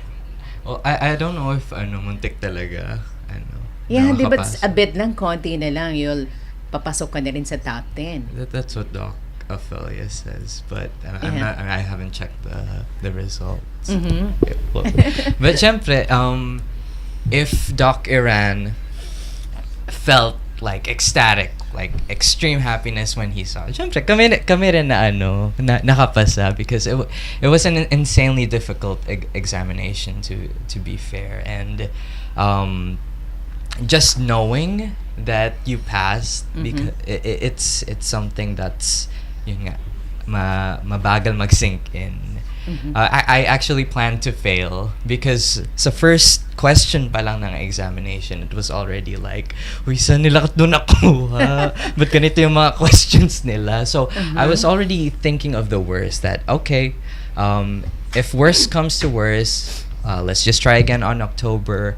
So I was already preparing myself for the worst thing to come. So you can just imagine how happy I was when I heard the news that, uy, pumasa ka. And I was like, seryoso ba ito? Nananaginip ba ako? So it was extremely joyous moment. Wow. Yan na naman sabi ko, wow, and yet amazing. Yes. Praise God. Yes, praise God. Yeah. Siyempre, yung nanay mo din, tatay mo, nako, ako talaga, tatalon ako nun, grabe yung nerve.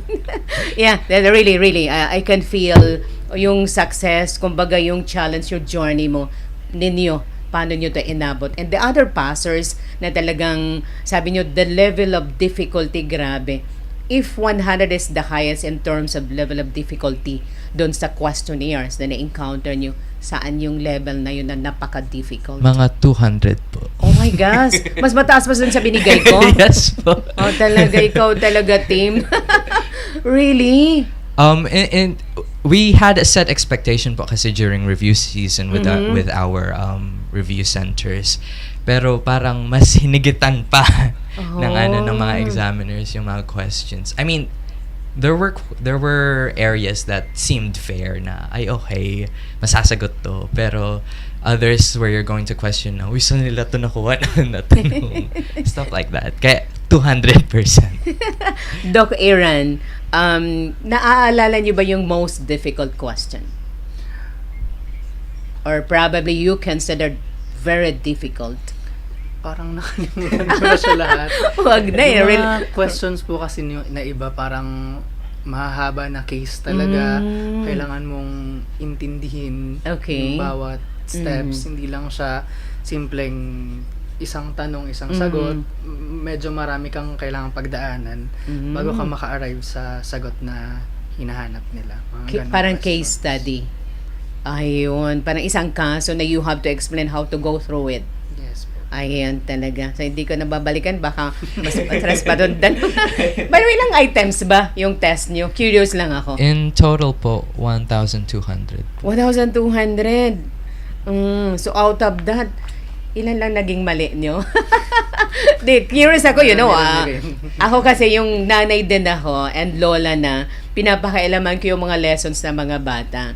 And I used to check. Ay, naku, sabi niya sa akin nung apo ko, Mama, out of 30 kasi prep, ano pa lang siya, grade 11. Sabi niya, Mama, sabi niya kasi the way he called me, sabi niya, 29 na mama, 30 items yung mastery test nila. 29 is good na, ha? Sabi ko, if you can make it 30, that would be okay for me. Diba? Parang ganon. Anyway, it's okay talaga. Ang hirap, no? Huwag na natin balikan talaga. And you, kumbaga, you did it with flying colors and congratulations kung gaano ka-difficult yung pinagdaanan nyo. Pero napakahalaga yung magiging inspiration kayo sa mga susunod na batches ng Bicol University. Not only sa BU, iba pang aspiring doctors in the future. Ano yung preparation stage talaga? Sa school, sa loob ng class, and then after nung mag-graduate kayo, ilang taon nga yun binuno nyo bago makapag-board exam? Doc Iran. Bali in total po 5 years. 4 years sa med school. Bali yung 4th year mo, clerkship na yon, duty sa hospital, and then graduation after. Tapos mag-1 year pa po ng postgraduate internship before we can apply for the licensure examination. Bali 5 years. Matagal talaga, no? So doon sa preparation stage niyong dalawa, Doc Iran and Doc Team, ano yung most challenging? Bago kayo magbo-board exam na ako, aside doon sa review, during doon sa field nyo, na nagpunta kayo internship, tama ba yun? Sa mga hospital, was it difficult doing an internship in hospitals? Ano mga challenging experiences niyo? Part ng preparation niyo. Kasi yung mga case study yung sinagot niyo, imagine na top 4 ka, muntik nang pumasok sa top 10 si Doc Tim. Talagang kuhang-kuha niyo yon, yung case study. Kumbaga, nalusutan niyo yon. So, where you are now today. Yes, Doc Iran. Hi, Mads. Ay, magkakulay kami pati ng aking made. Yes, later. Opo, so Doc Iran and Doc Team, ano yung most challenging perhaps sa internship ninyo? Ang bale po kasi during internship, parang doktor na din po kami. Under supervision lang po syempre ng licensed na physician. But we handle patients na din po. Nag-examine, nag-manage. So, yung part na part ka na din ng team na nagmamanage sa patient, it's challenging by itself kasi buhay yun. So, parang malaking responsibility siya. Kaya, ayun, you strive your best to help the patients na na-assign sa'yo. So, it's a big responsibility nga po talaga. Thank you. Ikaw naman, Doc Team, later pa message natin ang inyong dean. Doc Team, anong share mo doon sa internship mo ninyo? Yun nga po. You learn how to answer your questions by looking at your previous patients. Mas naalala po kasi talaga if nahandlean mo yung case na yun, yung particular na case na yun. The struggle with preparation for board examinations is basically balancing everything. Yung duty mo sa hospital, yung pagre-review mo dun sa boards, your personal life, trying to maintain your sanity kasi madugo po talaga yung yung mga duties sa hospitals. It's physically, mentally, emotionally draining po talaga. Pero you just have to power your way through it. Syempre, it's not something that you can do alone. You work nga as a medical team. So, yun pa actually yung isang struggle, trying to work with other people as well. Pero eventually, you get the hang of it, and that's how you best prepare as well. Tama yung nasabi ninyo, yung key takeaway sinabi, maintain your sanity. Okay. So, yan, babalikan natin tong dalawa to na maintain nila yung kanilang sanity. Eto na sila, mga magagaling na doktor, pasado na top 4. And si Doc Team naman, muntik pang pumasok sa top 10. Ano, Mads? Okay, pag-read muna natin inyong din, si Doc Ophel Samarsi. Kuha ba siya na Diyos dito? Ito, Mads, yung camera natin. Ay, okay. Ayan. Doon po yung natin, monitor sa likod mo. Pwede, Doc Team, i-assist mo si Dean nyo na makasabay ng konti dito para makita siya sa, doon sa ating monitor, and makita niya yung kanyang monitor dito po. Ito po ang ating Dean ng College of Medicine ng Bicol University. Talagang madi kami, magkakulay kami today, nakakulay blue.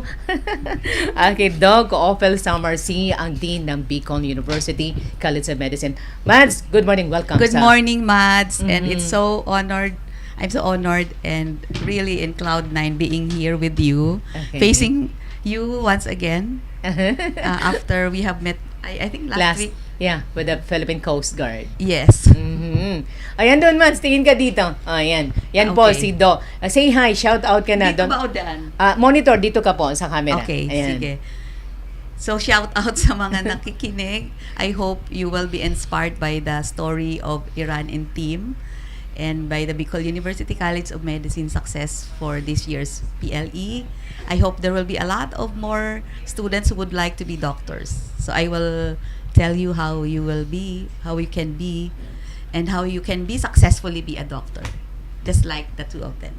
Yan, galing. Palakpakan natin sila. Mga iyan, palakpakan natin sila. Siyempre, nandiyan ang ating Dean, yung pamilya nila. Buong support na po. Ito, a whole of family and community support. Talaga napakahalaga. Bago po, sabi nga ni, di ba, Mads, it takes a community to educate a child. So, this is it. So, talagang, lola na ako, Mads, parang tayo lola. Ayun. So, napaka-effective talaga yung support. Yung talagang suporta ng bawat isa para po sa ating mga batang ito. So, ngayon, bilang isa sa, unahin natin sa Doc Team, bilang isa sa nanguna sa licensure exam, ano ang mga plano mo sa ngayon sa iyong career? Doc Iran.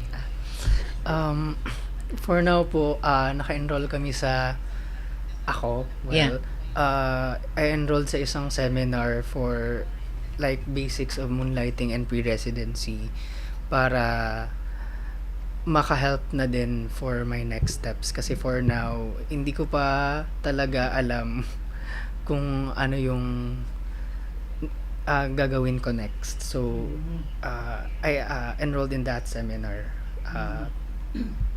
to know what to do next. Doktor din ba yung mga parents mo? Doktor sila? Hindi po. Sa family, ikaw pa lang ang Yes doktor? po. Ay, wow. Siya pa lang. First generation level of Kasi doctor. mga lawyer sila eh. Yeah. Top notcher ang kanyang lolo. Oh, wow. Talaga no wonder. Family of top notchers. Congratulations sa family ni Doc Iran. Ikaw naman, Doc Team. Anong plano mo? Doktor ka na, pasado na. Kumbaga nandito ka na. Anong aabangan namin sa'yo? Next week po, magkakaroon po kami ng medical mission sa Catanduanes. So, we're aiming to saturate the area kasi medyo, distant yung area ng Catanduanes. They don't really get a lot of medical attention there since it's a separate island po kasi. So, we will have a team of doctors from Manila as well as from Bicol that will provide medical assistance dun po sa Catanduanes. Okay. Kasi it's an island province. Anong grupo ang kasama mo doon? Mga ilang araw kayo doon? We'll be there the whole week po. Yung group po namin is Mahal Ka ng Diyos. Wow. So, we want to spread the good news naman po of them being loved by God as well as them or using us as doctors para ma-address yung physical needs po nila. Kumbaga magiging channel of blessing kayo ng grupo na to. That's what we're praying for. Yeah, channel of blessing, di ba, Mads? And then, siguro imbitahin ko rin sila pag nagkaroon kami ng outreach. These young doctors that we have, Doc Iran and Doc Team. So, plano sa career aside doon sa medical mission. By the way, ilang target? Do you have target number of patients na pwede natin makover doon sa medical mission? Oh, we don't have a set target po, pero lahat ng areas po, like iikutin po talaga namin yung buong Catanduanes? Yes po. 4 po kami na teams. Tapos we're targeting po talaga na masaturate yung yung Catanduanes, providing medical assistance to the whole area. And then, mahal ka ng Diyos? Yes, mahal group? ka. Yes po. Ano yung mga other organizations na kasama nyo dito? Main organizer, I mean. Ano po, basically it's just a group of doctors lang po talaga na, and other medical professions like nurses and dentists that have come together with the same vision po na we want to help. Ilang members ng medical team probably so that my writers can storify that? Ang alam ko po kasi right now is we have around 30 to 40 volunteers who will be going with us to Catanduanes. Kailan to? Next week, 20 to 24. 20 to 24, ayun. From among your pastors, among the board pastors from Bicol University, may kasama ka or ikaw lang? Ikaw lang, sige. Sige, ikaw muna. Si Iran, sasama ko na to sa outreach namin. Doon ka na muna sa Catanduanes. Why Catanduanes? It's a bit po kasi, if we're going to compare the other areas here in Bicol, parang left out a bit yung Masbate and Catanduanes because of where they are situated. So even in terms of resources, ang mahal na nga rin po ng mga transpo, yung fuel po natin. So it's we're considering na which of the areas are or is most in need. So yun din po yung reason kung bakit Catanduanes was one of the prospect areas po kasi, because aside from the fact na lagi po siyang nadadaanan ng mga bagyo and stuff like that, yung area nga po niya, it's a bit I'm pretty sure that the government does something for its own area, but we want to be there to be able to help more for the area. Okay. So, balikan natin si Doc Tim. Dito naman tayo kay Doc Iran. Doc Iran, yung mag-enroll ka ng residency. So, saan mga hospital kayo anong preference mo? Private or government hospital? Usually for residency. Ako po, personally, I've never considered na mag-enroll under a private hospital. Okay. Kasi I think na mas a personal opinion, I think mas makaka-help ka in a public setting po. More patients na nakikita and mga less privileged people, you'll be able to help kapag sa public hospital ka. Yeah, tama yan, Doc Iran. Parang mga taga BU to, no? Pride ng Bicol University. And siguro one of these days, Mats, join kayo sa outreach ng Radyo Pilipinas, Albay. We're going to geographically isolated areas, TDAS. Ano yung mga, mga IPs, pinupuntahan namin yun. Invite ko kayo, ha? Partnership na magmawa na tayo dito sa RPA. Yeah, we want to bring the, comfort also sa mga malalayong lugar through us, communication, and kayo naman sa larangan ng medisina. Doc Iran, nakikita ko dito sa batang to, very humble. Itong mga batang ito, Doc, dalawa mong to, mga humble to, ang gagaling nila. So ngayon, Doc Iran, kasi medyo curious ako dito, yung siyempre, baka gusto mo babalik ka dito sa BHRMC. Diyan kayo nag-intern? Yung internship nila, hindi. Clerkship. Clerkship ang tawag doon. So, Bicol, diyan sila sa BHRMC, Mans? Okay. Anong, pag nag-residency ka, siyempre hanapin ka na, baka dumami. Hindi kayo magpa-private clinic at the same time? plano nyo din magragay ng private? Hindi po pwede. Hindi pwede. If If they are Planning to put a private clinic on their own? Para they can do private during residency. hindi pa pwede. Hindi pa pwede. Ilang taon pala ang residency? It depends on the program. Depende.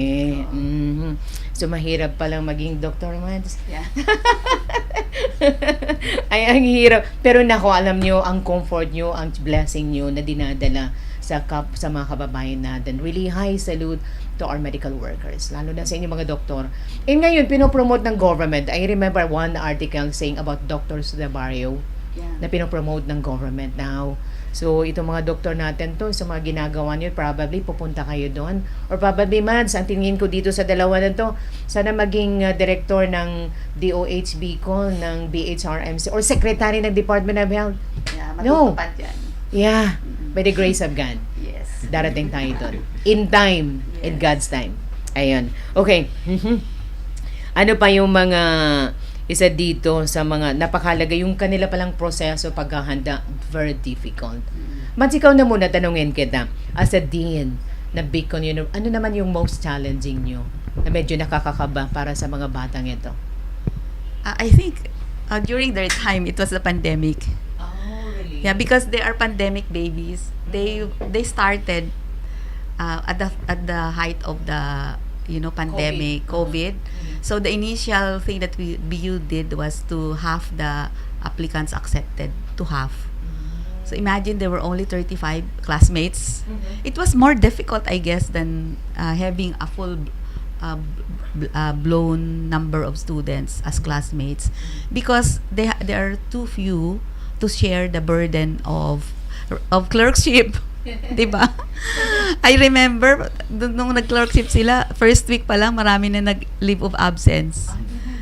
Kasi like one or two were assigned for a particular duty sa pediatrics, for example. So yung isa daw pinupull out pa sa ER while in the ICU. So that's really difficult for someone who is just starting to be a clerk.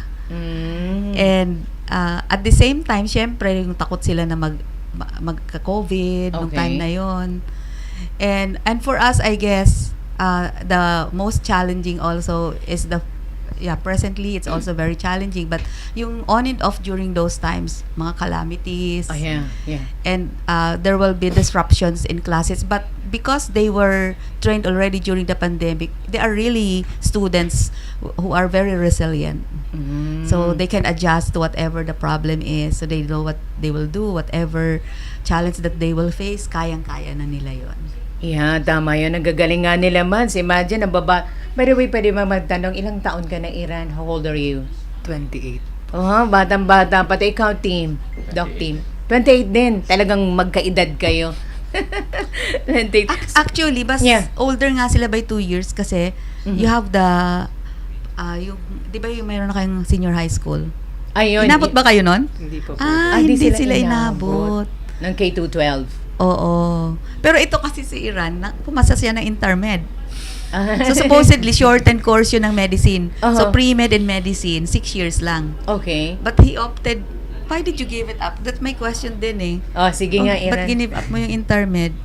Parang yun ang pangarap ng lahat yata eh. Ang hirap pumasok. Top 40 of all the applicants to UPCAT. Wow. Sige nga, Iran, bakit ba? That time po kasi, hindi ko pa siya seriously kina-consider yung pagdodoktor. Like, it's in the back of my mind, pero I guess takot din ako that time na mag-commit sa track ng medicine kasi dire-diretso po yung program na yun. If mag-pre-med ako na other course in case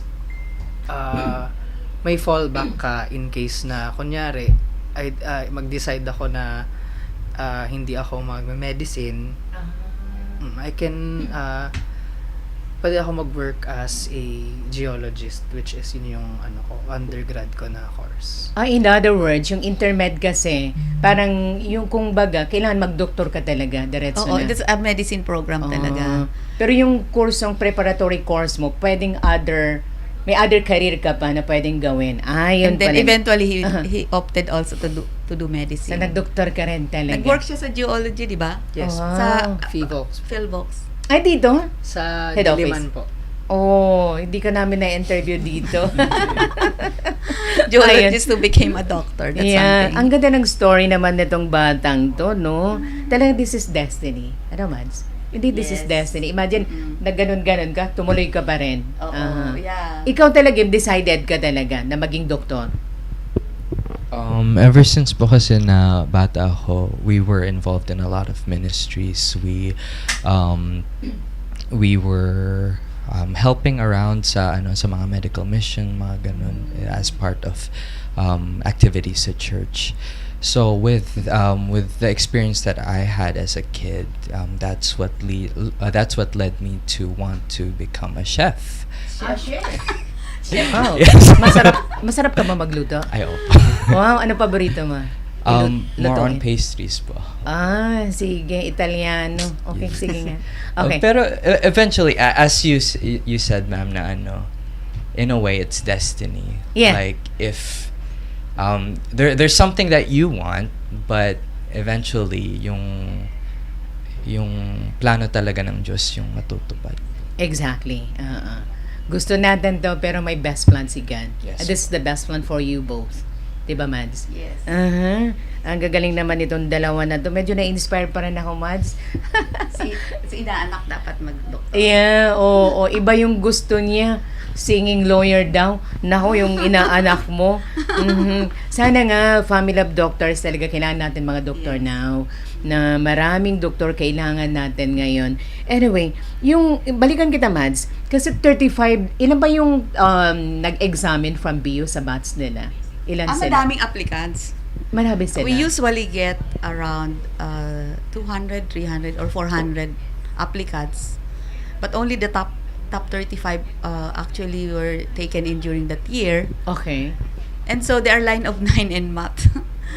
Line of 9. Line of 9. So their batch really is a different batch. Line of 9 meaning, kind of explain 99, that.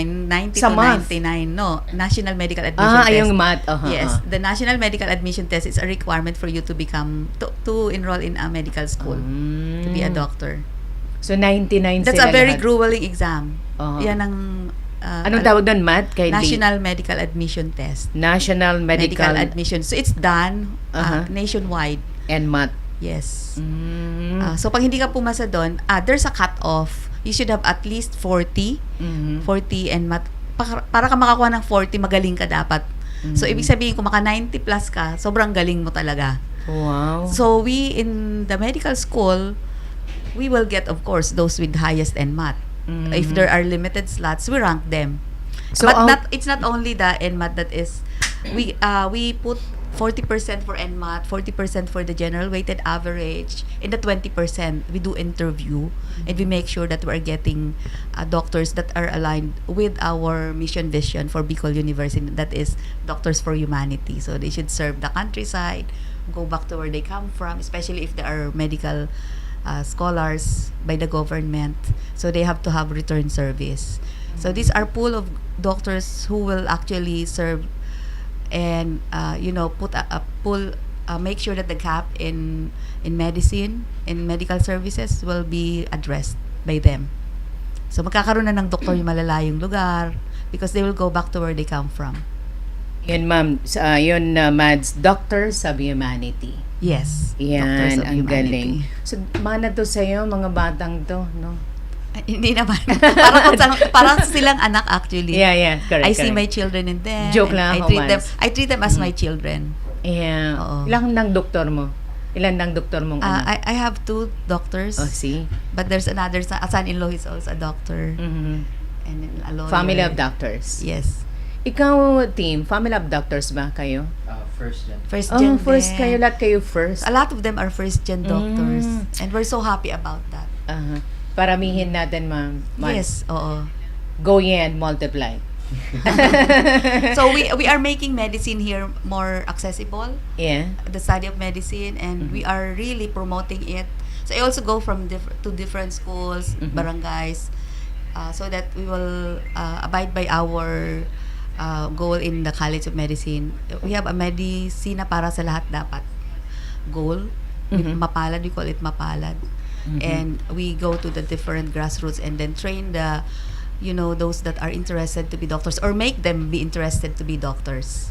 Mads, mga preparation din ng school kasi priming yung inyo pong resulta sa board exam ang taas. So paano natin ang tanong natin to sustain that performance ng Bicol University as a challenge lalo na sa iyo as the dean? Yeah. How are we going to sustain this? So when I took over as the dean, we already put the foundation for them to pass and have high passing rates.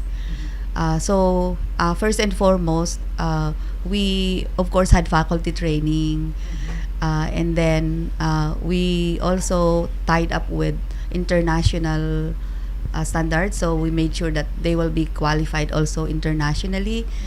So we have the Nuvans Global Health, for example, wherein we have exchange students.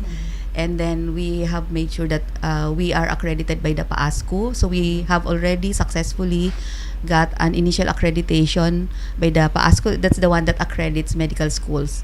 Okay. So if you are accredited to that, your school is considered to be world class. So our graduates can now, be doctors anywhere else in the world. And next year by September will be reassessed again.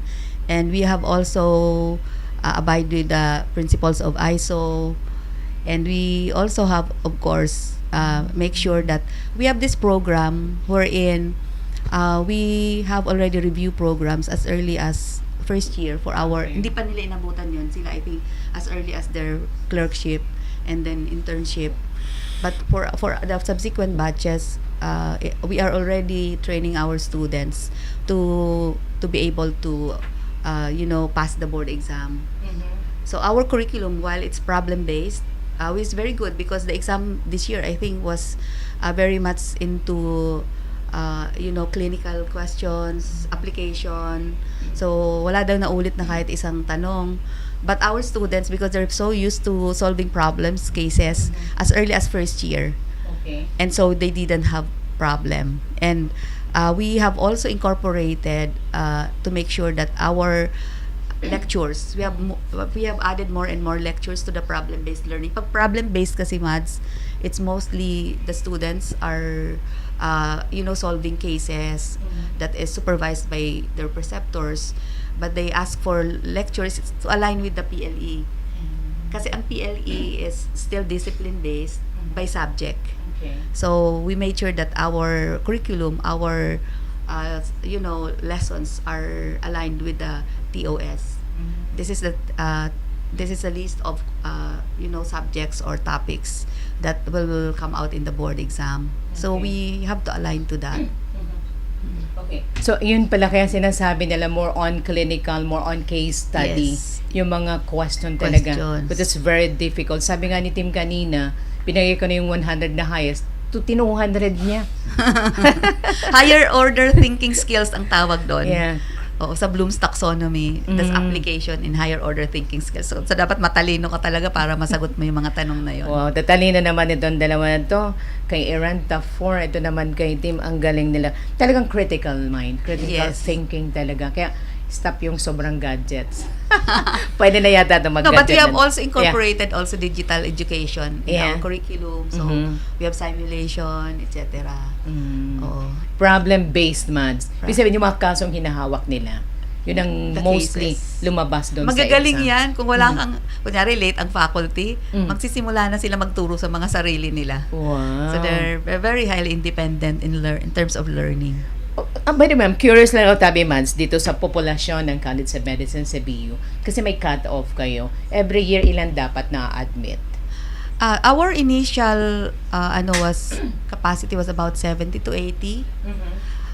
Now, when there was a construction of the extension building, we opted for double of that particular quota because we want that our school will be able to really help the government address the lack of doctors.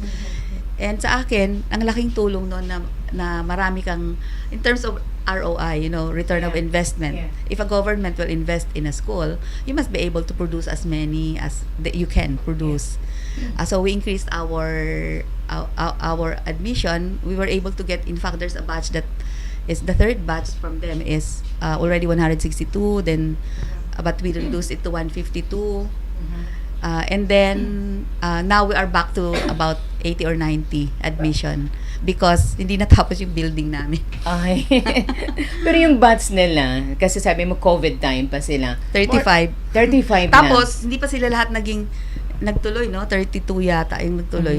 Tapos nagkaroon sila ng kaklase who came from previous batch, no? Na delay. So yung nag-take ng exam, ilan lahat, Mads? Ganito yun. There are 2 seasons for taking the exam. We have the October, where most of the students will take, and we have the March. So, yung sa March, konti lang sila. Yung sa March, medyo madami. Oo. So, tinanong ko nga si Iran, ba't ka nag-take ng March, nagpahinga? Pero palagay ko, gusto niya talaga mag-ready for the boards, to top the boards. Yung this March yeah. Oo. Konti lang sila. There were only 9 who took the exam. Oh, yun. Talagang, kakabilib naman itong mga batang to. Sige, alam mo, Mads, ang kagandahan pa nito, pag yung talagang attitude nila in terms of treating their, patients, how they handle their patients, napakahalaga yung presence nila. Yes. And kagaya mo din, nagpapa-check up din ako dito kay Made.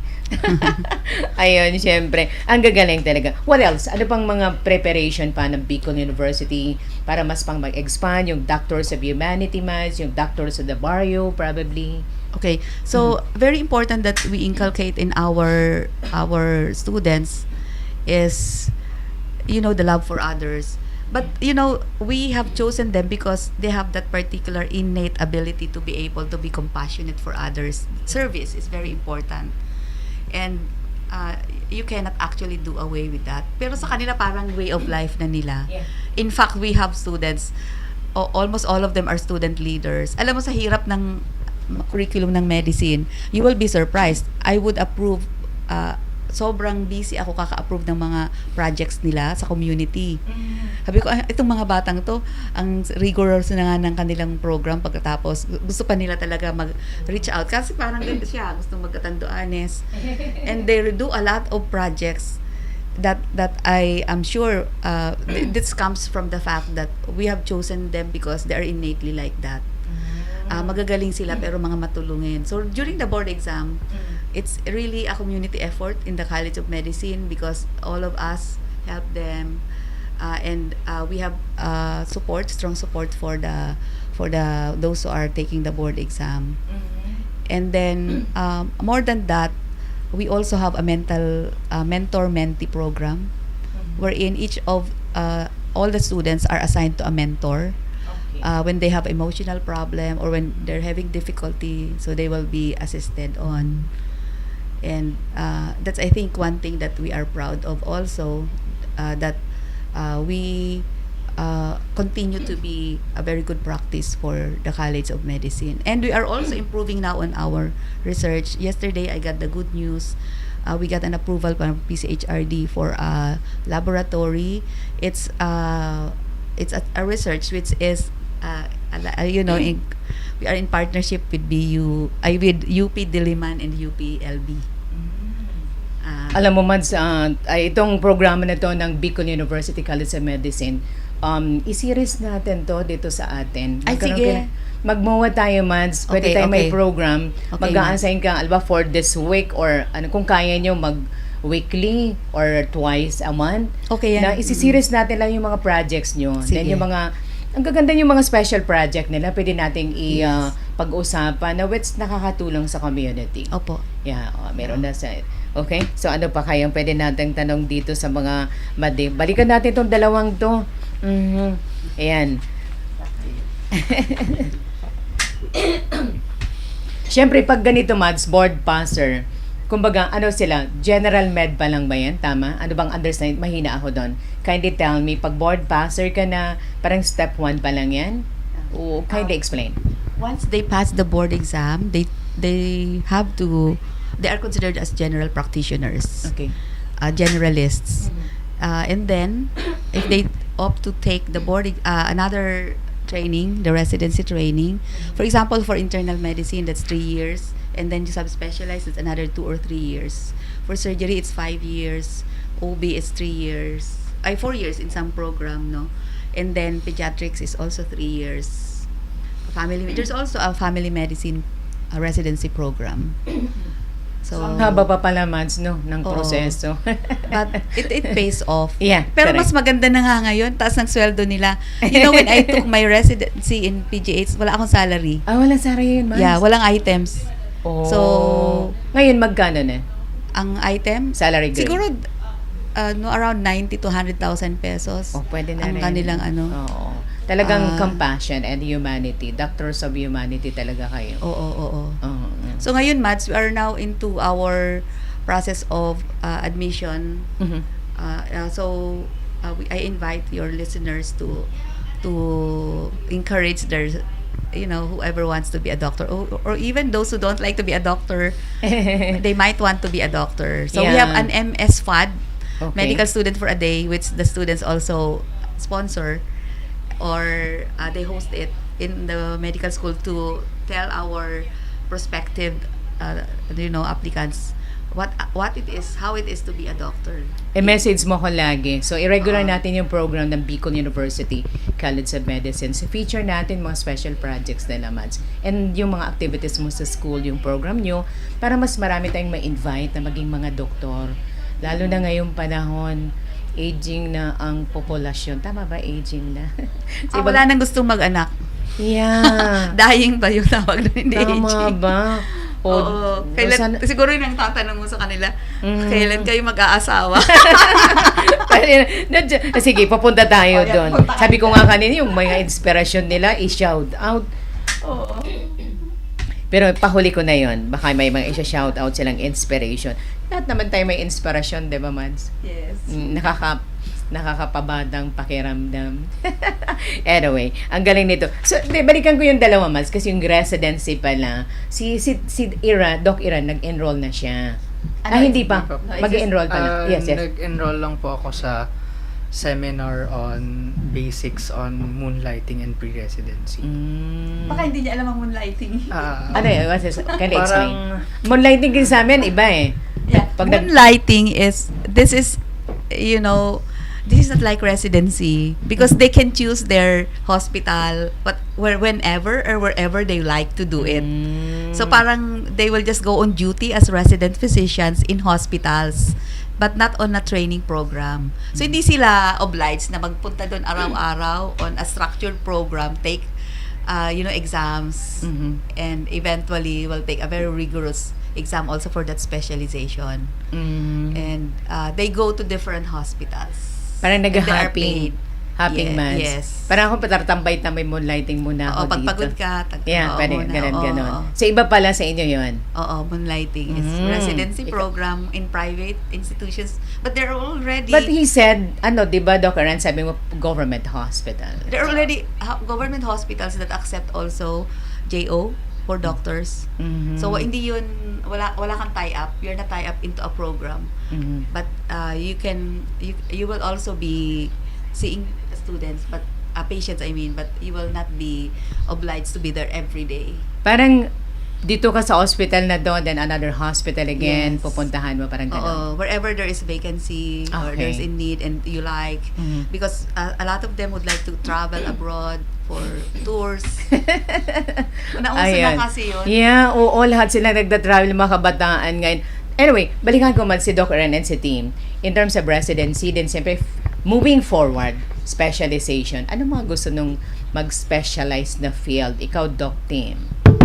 I'm good with kids kasi, so I'd like to do pediatrics. Ayun, sige nga. Okay. Mag-message ka sa akin sa clinic mo, tapos yung mga apo. Ay, si Mads kasi intern to eh. Medical, intern, Mads? Okay. Ikaw, Doc Iran, anong plano mo? I'm strongly considering din po na internal medicine. Wow. Susunod kay Mads. Internal med. Yeah. Sa IM kasi masyadong yan eh. Mga ok-ok. Mads? Pa-describe. There are the ones, it's a very rigorous training of the difficult cases in medicine. And it has a lot, about 12 subspecializations, cardiology, pulmonology, gastroenterology, and infectious disease. So, kung anong gusto mong puntahan doon. Oo. Ikaw, Iran, ano pupuntahan mo doon? Ang dami pala doon.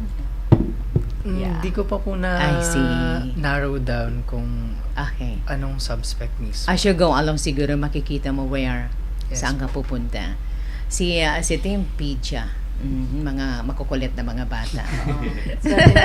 Yes. Makukulit na bantay. The mothers. Ayun, nansayan yung kasama. Araw-araw tayo may mga doktor. Pwede ko maglagay ako dyan, Mads. Meron kasi kami GAN, front desk for referral. We can refer this kay Doc Offen. Pwede naman to kay Doc Tim, kay Doc Iran. One way of helping also those people coming to my office, to our station. Kasi puntahan kami ng hingi ng pamasahe, hingi kami ng gamot, or gusto namin magpa-doktor. Aside sa mga government hospitals, pwede mag-direct kami mag-refer po sa inyo. Na in a way, marisitahan or what, ano, Mads? Yan. Sige, organize natin to, Mads. Yeah. Naglagay tayo dito ng ako front desk. Dito, i-refer ko na to. Baka marami mag-refer kay Doc Tim. Pidja, kay Doc Iran naman yon. Anyway, compassionate. Yung talagang puso nila na magsilbi sa ating mga kababayan. That's very good. And talagang nakakataba ng puso. At sa mga batang ito na at their age, talagang yung willingness nilang tumulong sa ating mga kababayan na lalo na sa kaso ng kalusugan. Okay. Siguro ngayon, yun na. Kumbaga, ano pa dito. Kaya kinuha ko na friends na kami sa Facebook. Okay. Yeah, Mads. Para sa, pwede natin tong message. May mga kaso sometimes na kailangan magtanong sa doktor. Ngayon, Mads, ano pa mga magagandang programa sa Bicol University na gusto nating iparating sa ating mga ka-RP, ka-GMP, ka-Bicol University College of Medicine? Okay, so we have the first the mapalad or the medisina para sa lahat dapat. So here we are supporting the MSRS program of the government, which is anchored on the Doktor para sa Bayan law. Right now kasi while we have over 100,000 doctors, only about 72,000 of them are active. And from the 72,000 active, only few actually participate. I'm the governor of Philippine Medical Association for Bicol. Okay. And that's our problem. But particularly yung mga kabataan, hindi na sila nagpa-participate. So they will only attend if they need license. For example, renewal of their license, because that's every 3 years they will renew. Or they will require a good standing status from the Philippine Medical Association, or kailangan nila ng CPD for the renewal also. Of the license. Yes. So for our program, the Medisina para sa lahat dapat, we actually go to different schools, even different communities, so that we will tell them that after all, it's not difficult.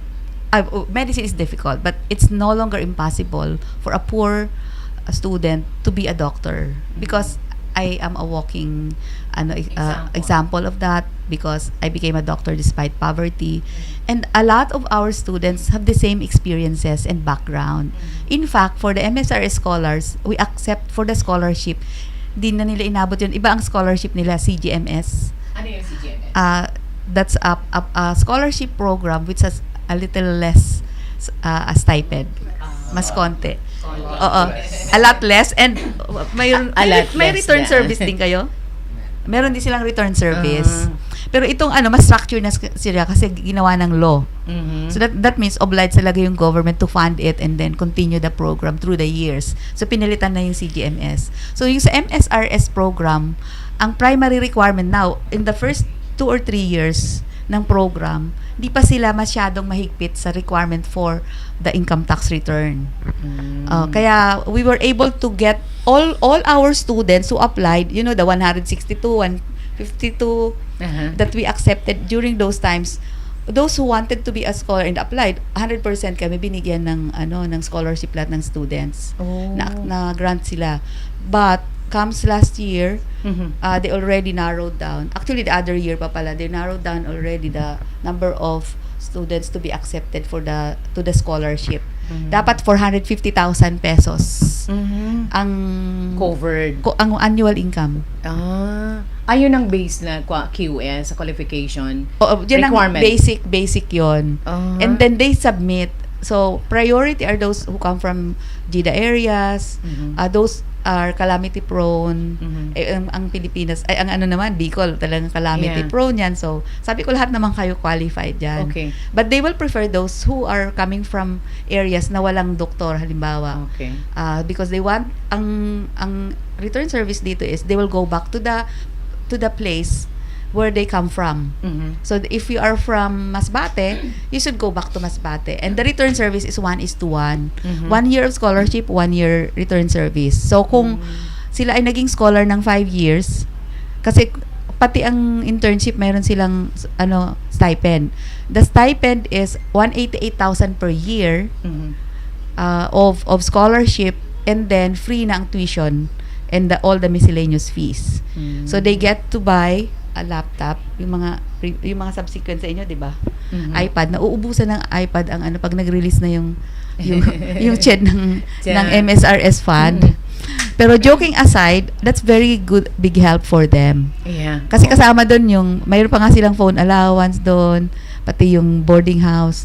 So kaya yung mahihirap na gusto maging doktor, pwede na. Correct. Pwede na sila magdoktor. Kaya nananawagan ako sa mga magulang na may mga anak na magagaling.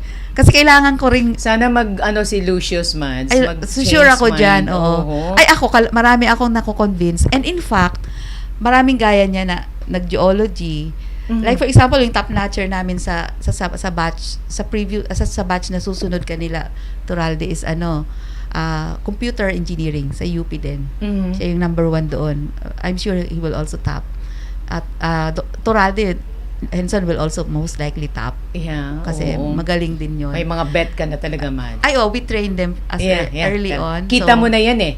Yeah. Meron nga kaming first year ngayon top 1 sa pharmacy. Wow. And then, sabi ko, nakita ko. Bigyan mo kami ng mga ganyan. Siya. Storyfy natin. Outlier siya. Tuloy-tuloy natin to, Mads, the partnership na to. Sayang, gagandang pwedeng pag-usapan sa inyo. At saka hindi lang yon. For the first time, meron na kaming cum laude. Honor student. Sa College of Medicine. Dati kasi, ang mga grades nila is just lumped between 2 and 3. Kahit ang tatalino nila, ganun lang yung grade. Pero ngayon, because we have improved the curriculum and also our instruction, more exams, so we were able to differentiate and give them a chance to really improve their grades on. So, mayroon na kaming 1.74 yata yon si magiging candidate for cum laude. This coming ngayong graduation. Ngayong June, July. June 18. June 18 na. June 15 sa University, June 18 for the hooding for the College of Medicine. So sana marami pa talaga, man. So definitely yung quota ng Bicol University every year, at least yung ngayon sabi mo 70 to 80 bumalik. Yeah. Yung number of enrollees balik ulit. First year. Okay. So ilan ba talaga ideally ang ratio na dapat sa Pilipinas, man, if you have that statistic? Ng isang doktor sa populasyon natin. Ano ba yung ideal? 1:1,000.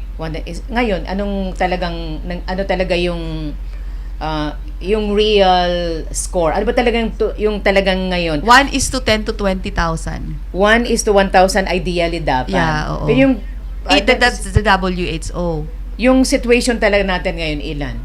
1:10 to 20,000. Kasi ganito, by 2030, sabi ng DOH, we will be needing 130,000 doctors. Okay. So ngayon, ang active doctors lang actually is 75,000. Yun yung naka-register. Mga 70 to 75,000. But some of them are abroad. Correct. Some of them are not really practicing actively anymore. Ilang % na yung active dito, Mad, sa atin na out of the 75,000 na they're active, but in terms sa services natin ngayon sa community, mga ilan-ilan lang. Siguro mga 25,000. So, sobrang konti talaga. Okay. So we will be needing them to, help us come up with the WHO guided na ratio. 1:1,000. Yes. Layo pala. At saka we're already moving to the, the Consulta program. Yeah. The PhilHealth Consulta program, the YACA program, yeah. which is already primary medicine based. Okay. So they are now focusing to provide PhilHealth. That's also my dream. Even before, I was really hoping that our universal healthcare will be implemented already in the Philippines to the full blast talaga. Like in the UK, in the US. So that's the start, and I'm very happy for this. I congratulate the DOH and the Yeah. PhilHealth for this. I also sit in the accrediting committee of PhilHealth. So we are accrediting a lot of institutions and facilities so that they can be part of the YAKAP program. Yeah. Kasi outpatient na eh. So they will be needing more doctors in these fields. Sana naman talaga mas matugunan natin to yung 130,000 na goal natin by 2030. Yes. And then yung ratio natin, no, sana ma-improve and marami pang mga batang doktor na kagaya nitong mga magagaling mong doktor na to. Si Top 4, si Doc Iran and si Doc Team na sabi ko nga muntik nang pumasok sa top 10. So magagaling to, mas magparami pa. Yes. Oo. Kaya sabi mo kulang na yung mag-anak, ayaw na. Ayaw na. So wala na magdudoktor. Ikaw solo siguro. Tanungin ko na yung dalawa, Okay. Mads. Okay. Sa inspiration naman. Siyempre kasama yon, Mads. Ikaw, team, kindly share to us your inspiration. Sino ba mga inspiration mo? Paano mo to narating? Well, first and foremost usually is family po talaga. Yeah, of course. Being first gen doctor in the family, it was really an inspiration to see my parents work so hard to get me through college and through medical school as well.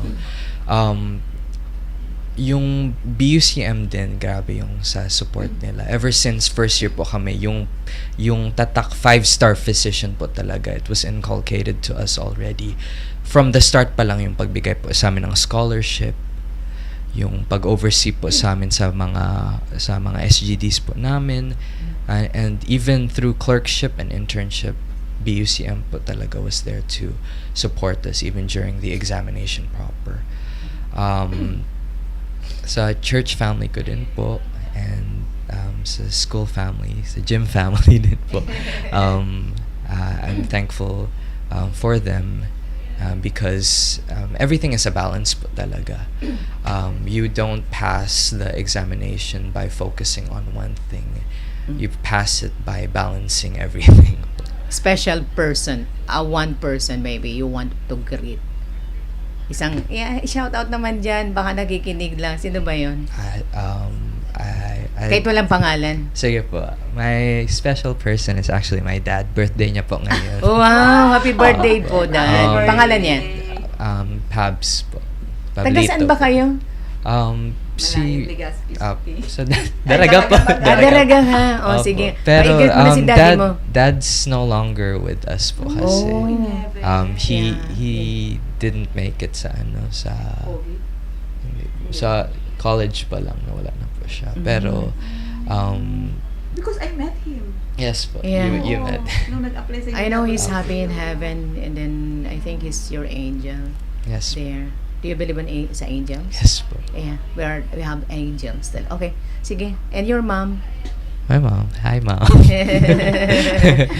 Sige. Ang gagaling naman, ma'am. Kinabahan ako doon, meron. Mami, ito si Tim. Ito naman syempre, napaka-ano lang ni Doc Iran. Doc Iran, yung mga inspiration natin, pa-shoutout naman syempre your parents. Hello po, yung proud parents ni Iran, nakikinig lang din. Family of lawyers pala to. Pero ito, nag-ibang landas. Ano, Doc? So, for Anong me, feeling pag tinatawag na doktor?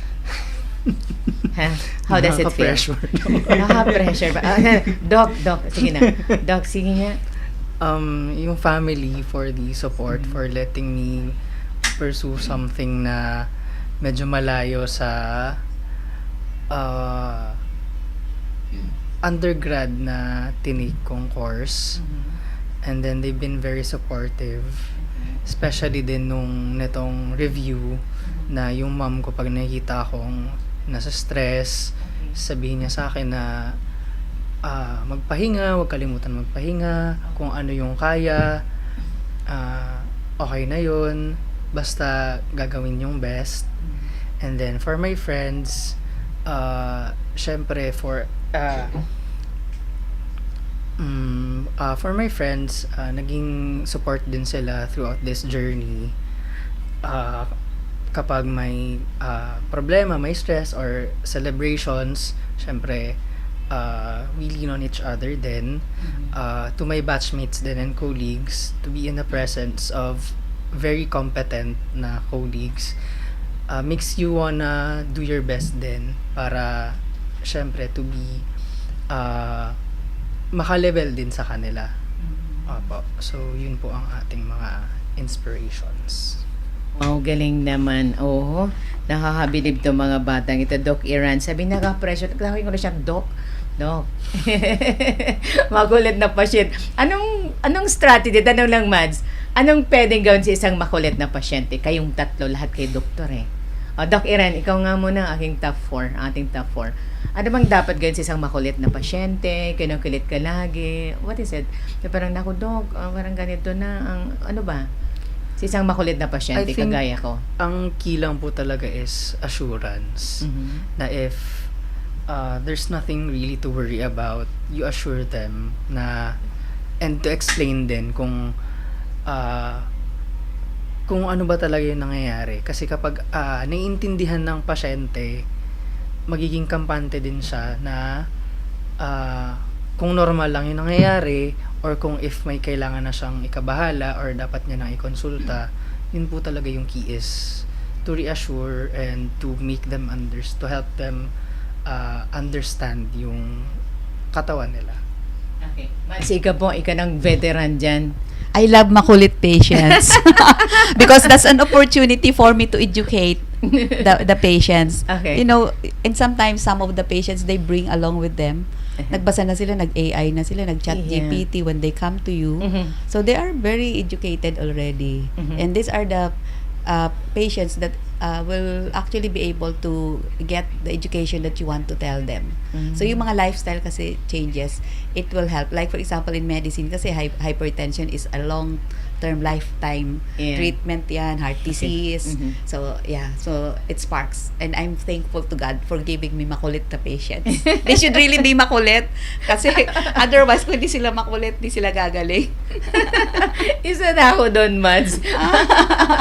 Okay, thank you. Ikaw, Doc Tim, paano mo i-handle yung makulit mong patient? Pati nanay. Pidya ka, di ba? Pwede makulit na nanay. Yeah. Makulit na Mas nanay. makulit yung bantay kaysa sa patient. Sige nga.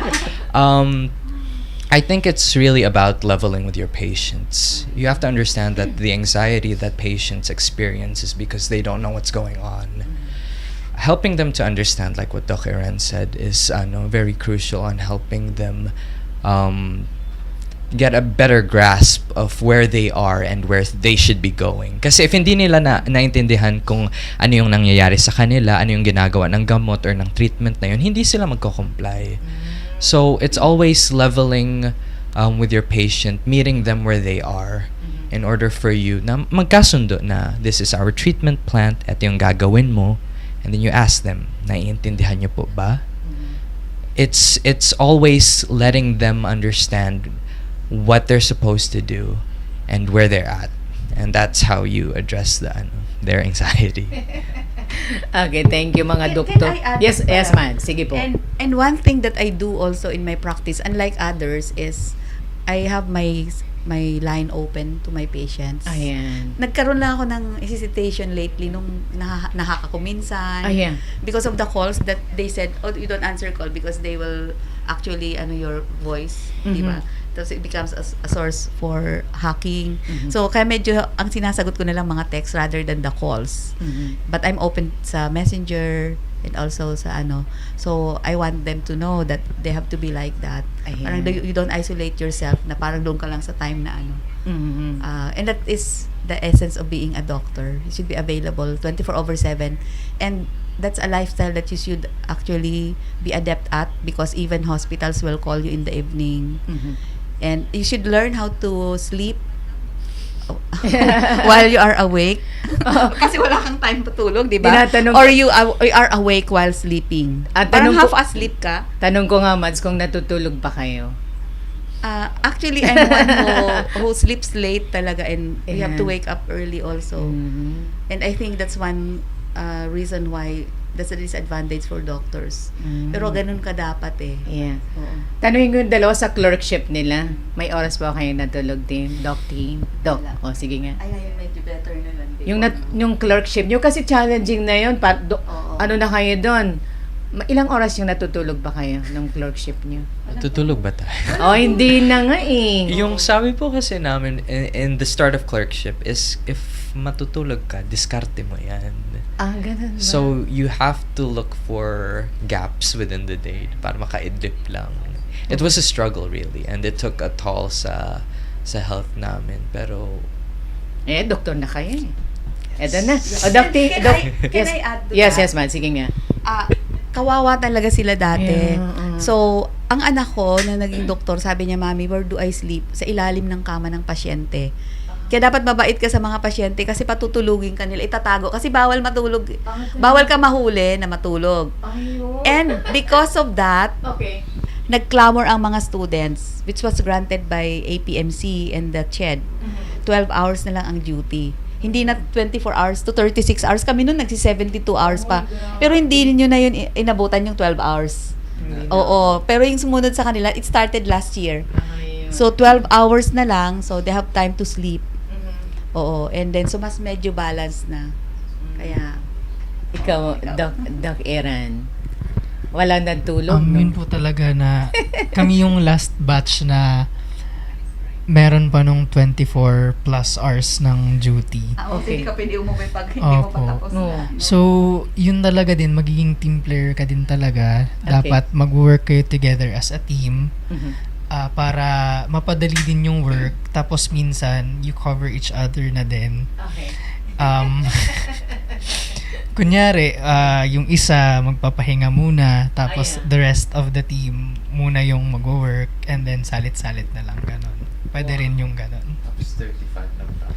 Oo, 35 pa. Kawawa talaga sila. Very challenging po talaga. Kasi sobrang onti namin talaga. Kasi yung 35 na yun, i-divide pa yun sa BRHMC sa BMC. Ilan? Ay, tama. At di lang dito, pati doon sa BMC pa din. Oo. May 3 months sila. So may travel doon na kayo nagbo-board. Doon na kayo nakatira. Ay, yun talaga. Talagang balance eh. Kailangan, ano yung tawag na? Time management. Oo. At saka ang daming pasyente, BRHMC Dami. sa BMC. Sobrang dami. Pero it helps because they will be able to really see all kinds of patients, a lot of cases, and the patients will be actually their teachers. Ito talaga yung totoo na dapat ma-share natin, Mads. Talaga yung resilience nila. Yung mga aspiring to be doctors. This is the real life. Ito na yung real talk na to, na Mads. Yeah. Yun ang maganda sa Pilipinas. Kasi parang the book will be thrown to you. Your patient will be walking book in cases. Only in the Philippines that we get the worst cases. Kunyari, goiter na pagkakalaki, mas malaki pa sa ulo. Talagang ganun. Talagang or line up of patients of all kinds that you need to finish at a particular time. So, advantage yun sa kanila. Kaya, malayo pala, alam na nila yung pasyente, ito ang gamot. Ito ang gagawin. Okay.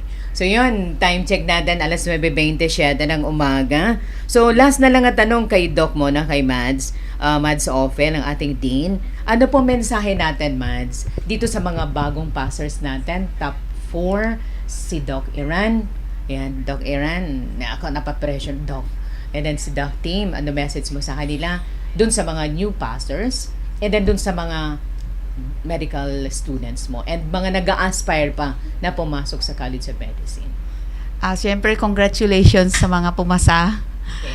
Although I expected them to really pass, it was not actually unexpected for me, especially for Team and Iran.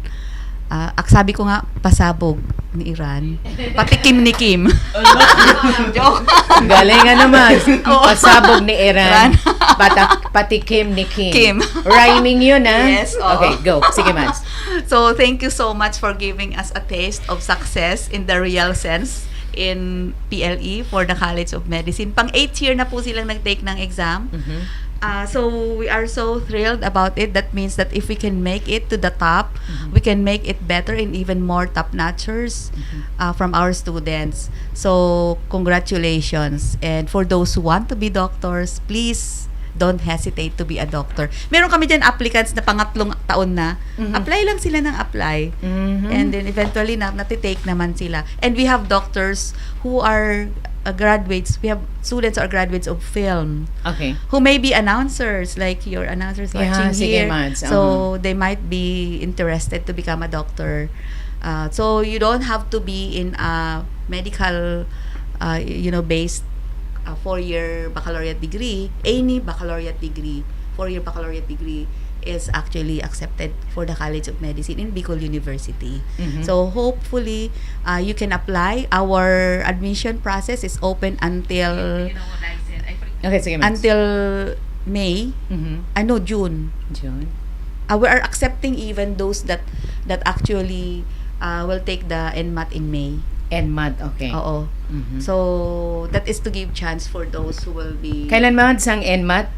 Actually, ang last is May. May, okay. So for the May takers, we can still wait for them.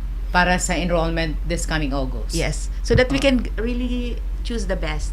Okay, the correct. best applicants. And our applicants come from different regions. Okay. It's not just from Bicol region.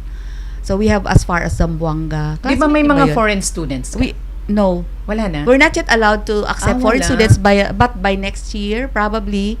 Because if once we are PASCO accredited, and if the university will allow it, that's also the what do you call this, what the APMC and the CHED would like us to do.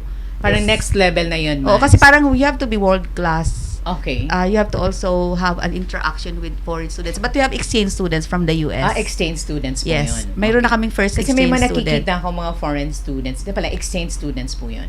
Yung sa amin, nagsa-start pa lang naman kami. So, the other schools, they accept. But right now, we still don't accept. Except if they are Filipinos, dual citizens. Okay. So, we have a Phil-Canadian student. Mr. Bicol University. Si nga nito? Si Joseph. Joric is an American, Phil-Am. Yes. Okay, sige. Oo. Sige, Mads. Magaganda to. So, yun, Mads. Talagang bigyan mo kami lagi ng announcement. Ituloy natin to, Mads. Magmawa tayo. Sige. Nag-ready yung aking in-charge sa production para ma-prepare yung soft copy. Send ko sa'yo para mas makita mo kung anong say ng digan ng Bicol ng iyong tanggapan. Ito naman na dalawa. Ikaw pala, Doc, Iran. Special someone mo. Wala ka maigigreet. Na-miss out mo daw yun, sabi ni Dean. Family and friends po. Yung mga safe talaga to. Family and friends, ayaw nila sabihin. Sige na nga, secret muna. Mga bata pa naman kasi to, 28. Diba, Mans? Yeah. Magbabago pa yan. Sabi, ito, key take away ko dito, Mans. Pasabog ni Iran, pati Kim ni Kim. Si Dayan, TikTok queen ko dyan. TikTok kayo mamaya. Na dyan si Mads sa gitna. Okay. Ayun. Ito mensahe naman itong ating mga top 4. Sorry sinisipan ako, Mads. May water ako. Itong mensahe ng ating top 4. Si Doc Iran, nati-challenge siya, nape-pressure siya. Doc, ano mensahe mo doon sa mga aspiring doctor na kagaya nyo? Na maging, yung inyong landas, maging inspiration sa kanila? Yung message ko po to future medical students is to be curious and to fall in love with learning. To focus on truly understanding concepts, hindi lang yung pagme-memorize. Kasi if you cultivate genuine curiosity and a passion for knowledge, excellence will follow. Wow, ang sinabi niya, fall in love with learning. Ang gaganda naman sinabi niyo, ikaw, Doc Team. Ano ang message mo? Kanina sinabi mo, maintaining your sanity. Ngayon, na-maintain nyo na yung sanity nyo dalawa. Siyempre, magle-level up pa yan, yung journey nyo as doctor, di ba, Mads? Marami pang, di ba, steps yan, di ba, Mads? So, ito na, ang gaganda yung mga sinabi nyo. Ikaw, Doc Team, after ilang years, balik kayo dito, mag-usap tayo ulit. O, taon-taon, Mads, pwede. Kasi twice a month tayo mag-program. Yes. Twice a month, kasi baka may dyan naman ma-burden ka kung weekly. Twice a month or once a month muna subukan natin, then twice a month. I-schedule mo na lang, Mads, yung mga, Doc Team, message natin doon sa mga aspiring doctors. For those who want to become aspiring doctors, learn to find a balance in everything. If you're given 24 hours a day and then you're going to spend the whole 24 hours na mag-aral, that's not how life works. No one lives like that. You're going to spend 8 hours studying. You're going to spend 2 hours connecting with people. You're going to spend 2 hours connecting with God. You're going to spend an hour in the gym, sa Colossal Fitness Gym. Gym. Sige nga. Oo, kasi your patients won't believe you if you don't practice what you preach. If you're going to say you have to exercise all the time, kailangan makita nila yun sa iyo. Sige Yes. nga. So Mag-zumba tayo dito, Mads. Ang dami kong ino-offer. Sige, Doc. So ayun, life not just in medicine is a balance. Yeah. If you want to live properly, you have to find a balance in life. Yun. Learn to balance everything. Doc Team, thank you. Si Doc Eran, sabi ni Doc Eran, fall in love with learning. Gagaling naman sinabi niyo. Sabi pa niya, maintaining your sanity. So, Mads, ito na po yung talagang pasabog ni Doc Eran and pati Kim, ni Doc Kim. Salamat, Mads. Baka may gusto pang sabihin. To the viewers, I want to tell you na based on my life story, hindi hadlang ang kahirapan para ikaw ay maging doktor. Ako kasi, Mads, I come from a very poor family in a very remote barangay in Nabua. And we were 9 in the family. And I never had a chance to see a doctor growing up. And I never dreamed of becoming a doctor, pero doktor na ako ngayon. So it's really God's plan, I guess. Tama yung sabi ni Tim. When a door closes on you, God will open windows and even rip off, roof in order to give the plan that He has planned for you. Yeah. So I know that God has plans for each one of us. So if you dream of becoming a doctor, it may not come, but if really God wants you to be a doctor, you will become a doctor. So you really just have to try and try. For those who have not been accepted last year or the other year, try, applying again. Pero ako kasi number 1 recruiter ako ng would-be doctors. Lahat ng pamangkin ko gusto ko talaga maging doktor yan. Kaming magkakapatid. Ilan na kayo, man, sa we family? are now 12 doctors in the family. So from someone na hindi nakakita ng doktor, albularyo lang kami noon at saka espiritista for my dental needs. Pero ngayon 12 doctors na kami and meron pang mga nag-aaral. Wow. And sinasabi ko sa mga pamangkin ko kasi may mga, siyempre ngayon mahirap na yung iba tamad na sila mag-aral talaga. They want a better life for them. Gusto nilang maging chef. Okay. Sino na ngayon gusto maging chef sa inyo? Si Kuwan, Doc Team. Oo.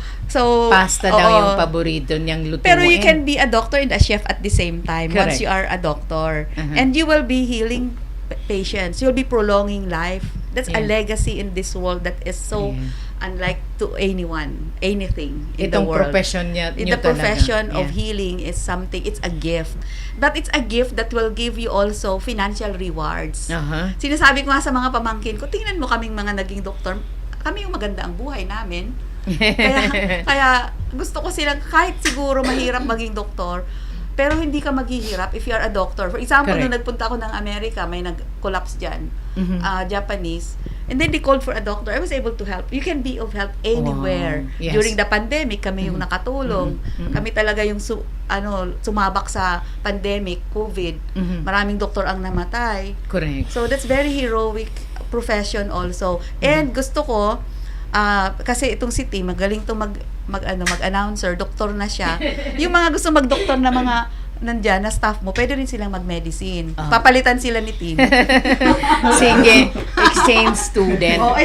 Sa communication, exchange profession, kumbaga. Exchange profession. One day nga si Doc Tim mag-announcer dito. Oo, siya na. Yung isa ding announcer ko mag-intern sa'yo, Mads. Oo.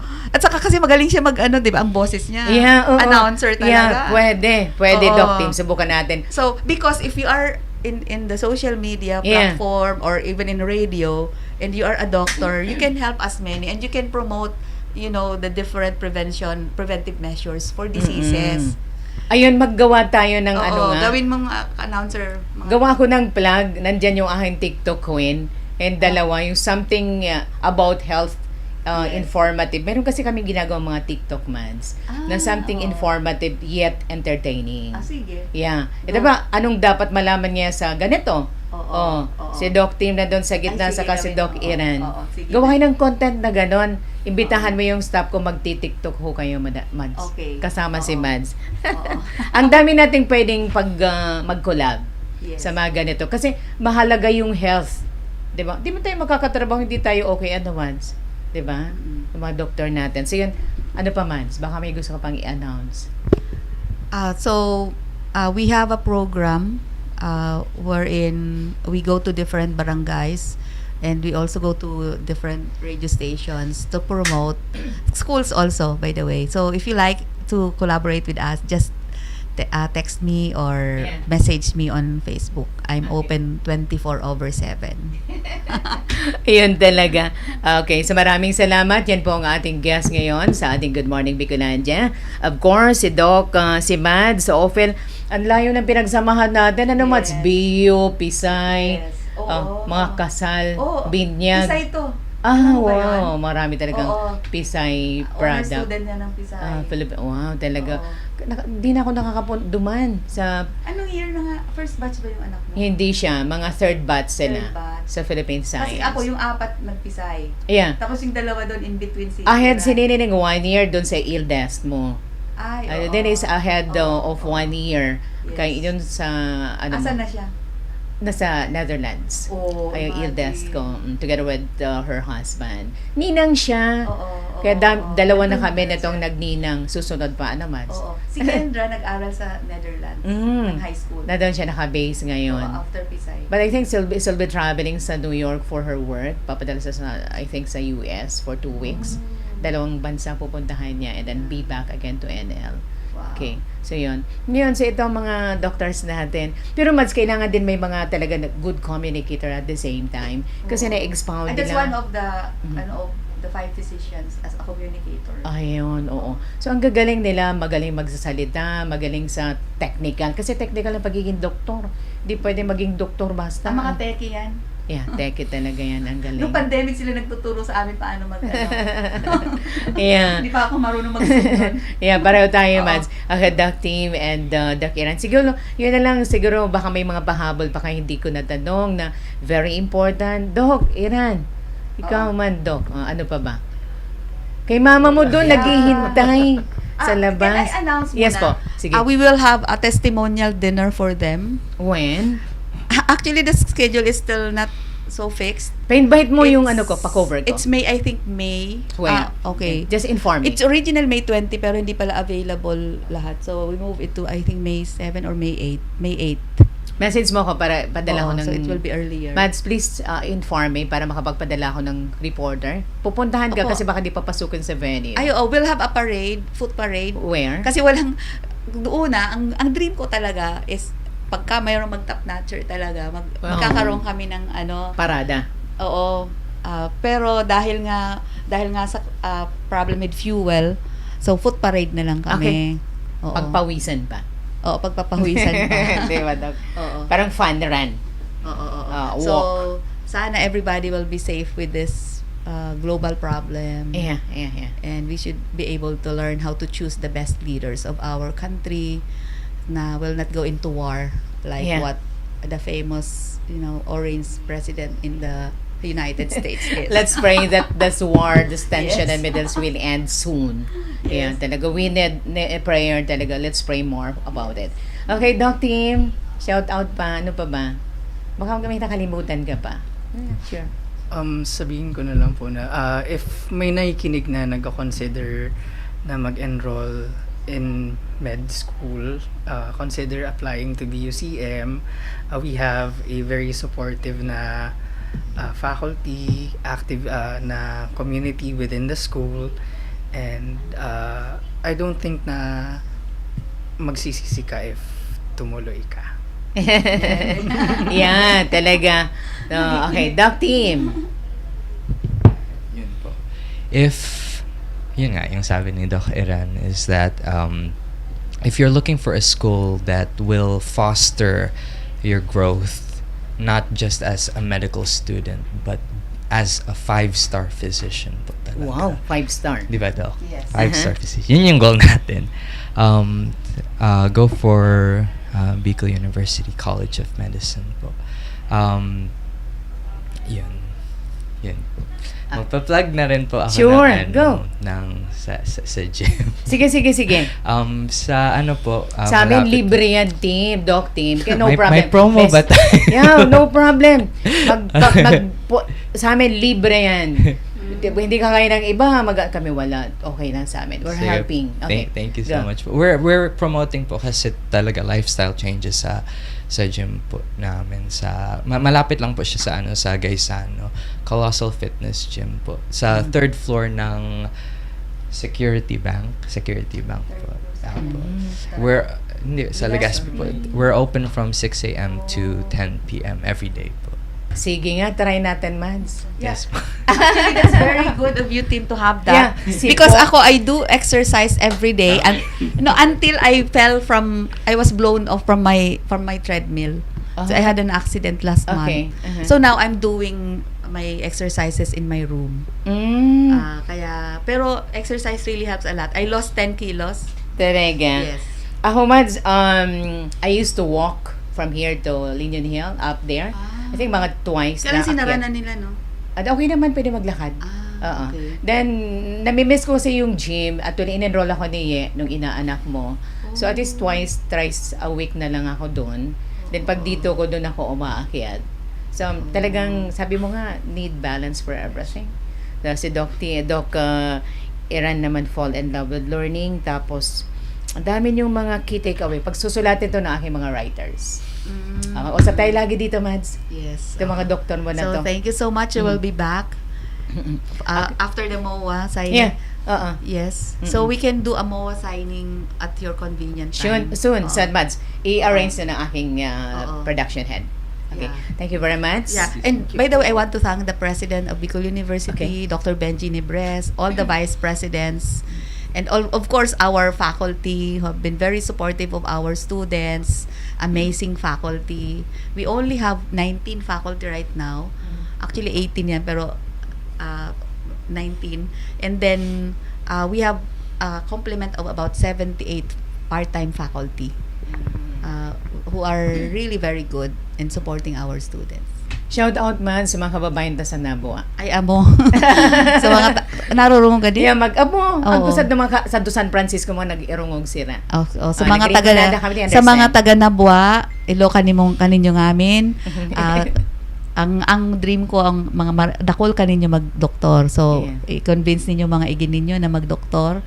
Kung nakita University College of Medicine sa Legazpi na arani sana. Di mo nakaipuan mag-arayo. Actually, we already started with the interview. We already on our second week, last week. And dalawa doon taga Nabua, dalawa taga Catanduanes. Oh, good. In the 7 that we interviewed. And dalawa doon taga Albay. Oh, wow, talaga. Kumusta kamusitan mga taga Nabua dyan, San Francisco? Dakulon dyan man, sige, irungog ka na to. Tapos sagto unod to, sagto iriga, di sila nakaintindi. Pabakal ta natin darwang adin. Totoo talaga. Ayan, tapos sa mga taga sagto iriga, sagto pili, mga taga Baaw man, ayan, shout out Siton. Siton pala. I remember the late Senator Joker Arroyo. Uy, ano pala ngaya ka man? So sinasa, ay, arog man pala ngaya ka kan. So sinadi ko na sabi yung tabakan off dito. Si Laila de Lima. Yeah. When she was released from jail, I was one of those first to go to her house. Yeah, sige man. So, ano naman? Dami kitang... Ang speaker pala namin sa graduation, hulaan mo sino?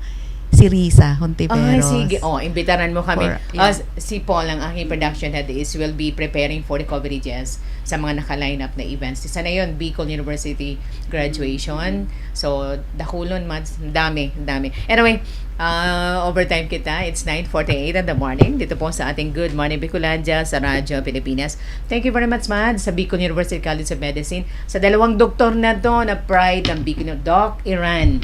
Nako, napaka-humble na bata. Kayang parents there and doc team. Good luck sa medical mission next week. Good luck, Doc Iran, doon sa residency, moonlighting something. Akala ko magmo-moonlight yung maglakaw ako dyan sa dyan sa puro. Sabi ko, pero hindi na ako pero tama, explain mo, Mads, yung moonlighting na gagawin ni Doc Iran. Yun pala yun, ang moonlighting ng mga doktor. Parang hopping. Parang kami radio hopping interview. So, moonlighting for hospitals. Parang something like that. Anyway, marami pag-uusapan. Thank you very much sa aking team. Siguro mas mag-iwan na ako dito kasi may gagawin tayo later. Iwan ko lang po ito ating spiritual na pagkain dito po sa ating program sa Good Morning Bicolandia. Mads, ito taga Catanduanes ito. I usually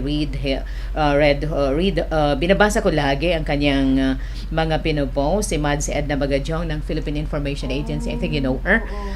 Before na magpaalam tayo sa ating program, sabi niya spiritual na pagkain to. Let the rising sun paint a smile on your face and blossom into a rainbow of joy in your heart. Feel God's blessing of a new day, and you hope, love, peace, and comfort. Remember, nothing feels better than knowing that God cares, provides, protects, embraces, and love. Let's keep on praying until our mountains become gardens of blessings. Yeah, thank you, Mads. Only God, and with God, we can grow deeper in faith and become victorious. Yeah. Yeah, dito sa mga Catanduanes siya? Oo. PIA Catanduanes. Oh, because I remember Bagadyo. Your family is there, no? Yung husband mo? Taga-roon. Catanduanes. Pero I remember kasi I'm looking for Bagadyo who actually made me borrow a gown when I joined instantly a beauty pageant in Catanduanes. Wow. Baka ito na yun. Nanalo ako. Ay, congrats, Mads. O baka ito, Mads na Edna. Mahilig siya magrampa. So maybe, siya. Baka siya nga nagpagpalilang sige, Mads, nakikinig siya. Nakikinig? Yeah, sige. Nakikinig ba siya? Yeah, oo. Nag-usap kami kanina. I remember the house is beside the church in Virac. Because when we went for our, it's actually a regional activity. A National Youth Science Club, Regional Youth Science Club, and then it happened in Catanduanes, and then suddenly nagbagyo, and I was contestant for the life science quiz. Okay. Hindi dumating yung contestant sa pageant, hindi rin dumating yung contestant sa essay, so I was made to join. So I won in the pageant, I won in the essay, I also won first place in the life science. Talagang it runs from the blood, man. In the first time ko, kaya ako, passionate ako sa pageantry sa Bicol University. Oh, wow. And our students have always consistently won Mr. Bicol University for 3 years. And then we're aiming still to get the crown for Miss Bicol University. I-guess mo dito. For doctor ng college. Yes, sige. Ang dami. So, sige. Ayan naman na siguro that's all for today sa ating program. Sa ngalan po ng buong person ng Radyo Pilipinas Albay, may technical head, Sir Sam Balinda, ng aking ace engineer ngayon, Joshua Bustamante. Taga-Bula siya, Mads. Yung aking technical head, taga-Bao, Camarines Sur. Ito si Joshua. Yung isa ko, si Sir Sam, yung aking technical head, taga-Bao.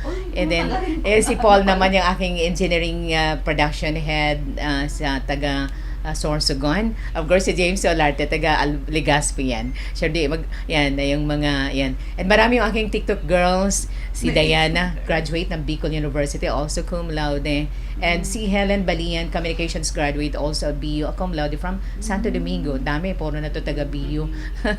Dito sa amin. And then, yung aking mga interns from Bicol University, gagaling nila, Mads. Nagtitiktok sila kasi gusto ko maiba naman. Dami ng problema, medyo ma-entertain naman tayo sa information. So, yun ang gusto kong genre na approach of entertaining and informing our audience. So, maraming salamat po sa aking ka-RP, ka-GMB. Maraming salamat, pagpalain tayo ng Diyos sa ating guest, kay Ma'am Cyril Montales. Siguro next time mag-usap tayo ulit sa ating program na DICT5. Thank you for the support po dun sa ating BIR event for the last 2 days. Na-extend yung filing kasi ng ITR until May 15. So, babalik po kami with BIR. Then, DICT, always partner po yun namin, Mads, para sa aming broadcast sa labas with using their Starlink, yung connectivity ng DICT. Thank you very much, Miss Cyril, and kay Director ng DICT. Lahat po nating audience, lahat ng agencies kasama natin. Yesterday, we were at DepEd for the Manggagawa Fair for our returning IFWs. the repatriated OFWs na talagang nabigyan ng tulong ng pamahalaan. Tapos yung mga teachers na talagang na-hire ng DepEd, yung returning OFWs, so pwede na maging teacher na qualified sila. So that's lots of program na ginagawa naman ng pamahalaan. So thank you so much, Doc. Huwag ka na ma-pressure. Talagang you deserve it. Imagine top 4 ang humble nitong batang ito. Congrats and God bless. Yung journey nyo, susubaybayan natin yan, Mads.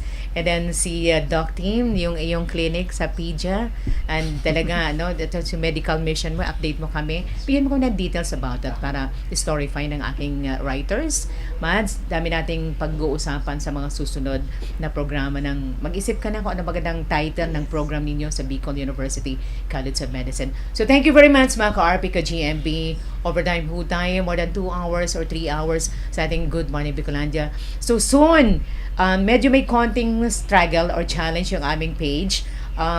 Di kami nakaka-post, pero nakaka-livestream kami. So you are using sa posting our IG, our TikTok, and YT, YouTube namin. Then probably we'll be having my SOCMED head. Maraming iniisip yan.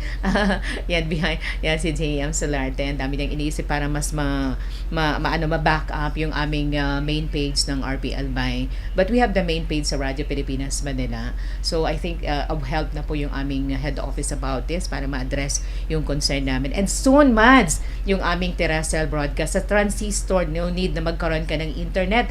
Malapit na kami, probably by June or July, maririnig na kami sa transistor on 621 sa AM band. Wow. So, pinakamababa po yun. So, madali lang po yan. So, abangan natin inauguration and bless. I'll be inviting you and those 2 doctors that we have now. Baka mayroon ako dyan na booth ng Bicol University College of Medicine. Yung mga something parang caravan, you put there the services sa BU, lagay natin, Mads. So, yun, marami pong in-expect natin for our inauguration and blessing. Thank you very much mga doctor, Doc Iran, Madid, Doc Ophel, Doc Team, sa mga busters natin. Thank you very much. A blessed day. Thank you, Lord, for this opportunity na nakasama natin itong mga magagaling na batang ito. Malayo pa ang kanilang tatahakin sa kanilang profesyon. Thank you, buong staff ng Radyo Pilipinas Albay. Thank you po sa buong kong family talaga. Nandiyan, Mads. Lagi, mister ko, si kababayan mo.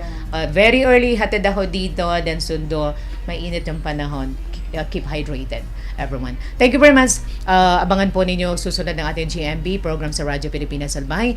Nancy Medjobilio, maraming salamat po. A blessed day sa Good Morning Bicolandia.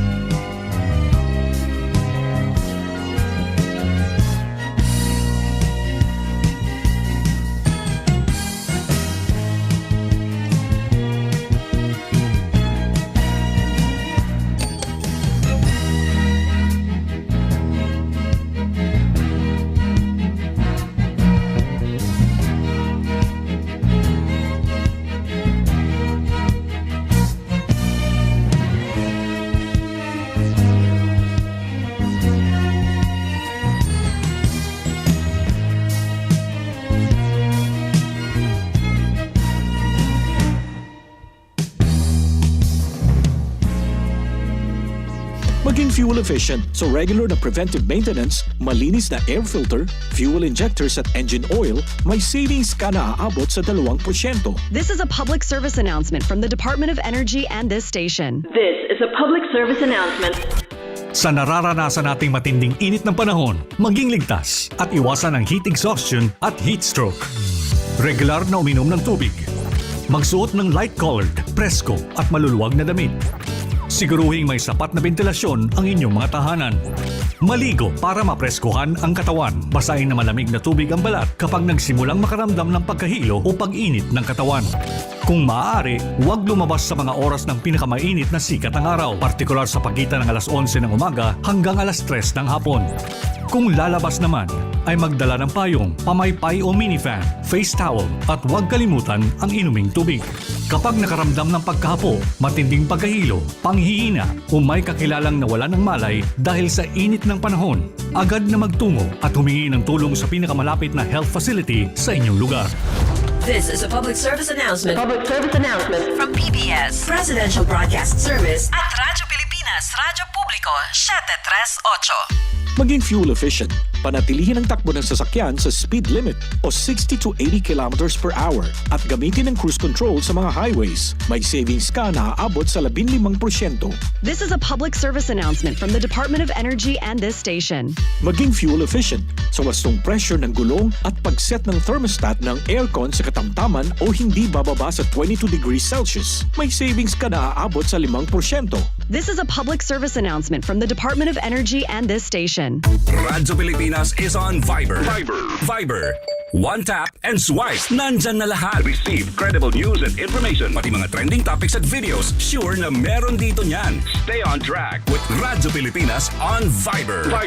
Pick up real news. Catch the latest and biggest stories. Search Radyo Pilipinas on Viber and hop in to our community. We know you're always on the go. Pero ang mahuli sa balita is always a big no-no. Kaya Radyo Pilipinas is here to keep you updated. Reliable news delivered to you as it happens. Para sure na wala kang mamimiss. Bookmark our website at www.radyopilipinas.ph.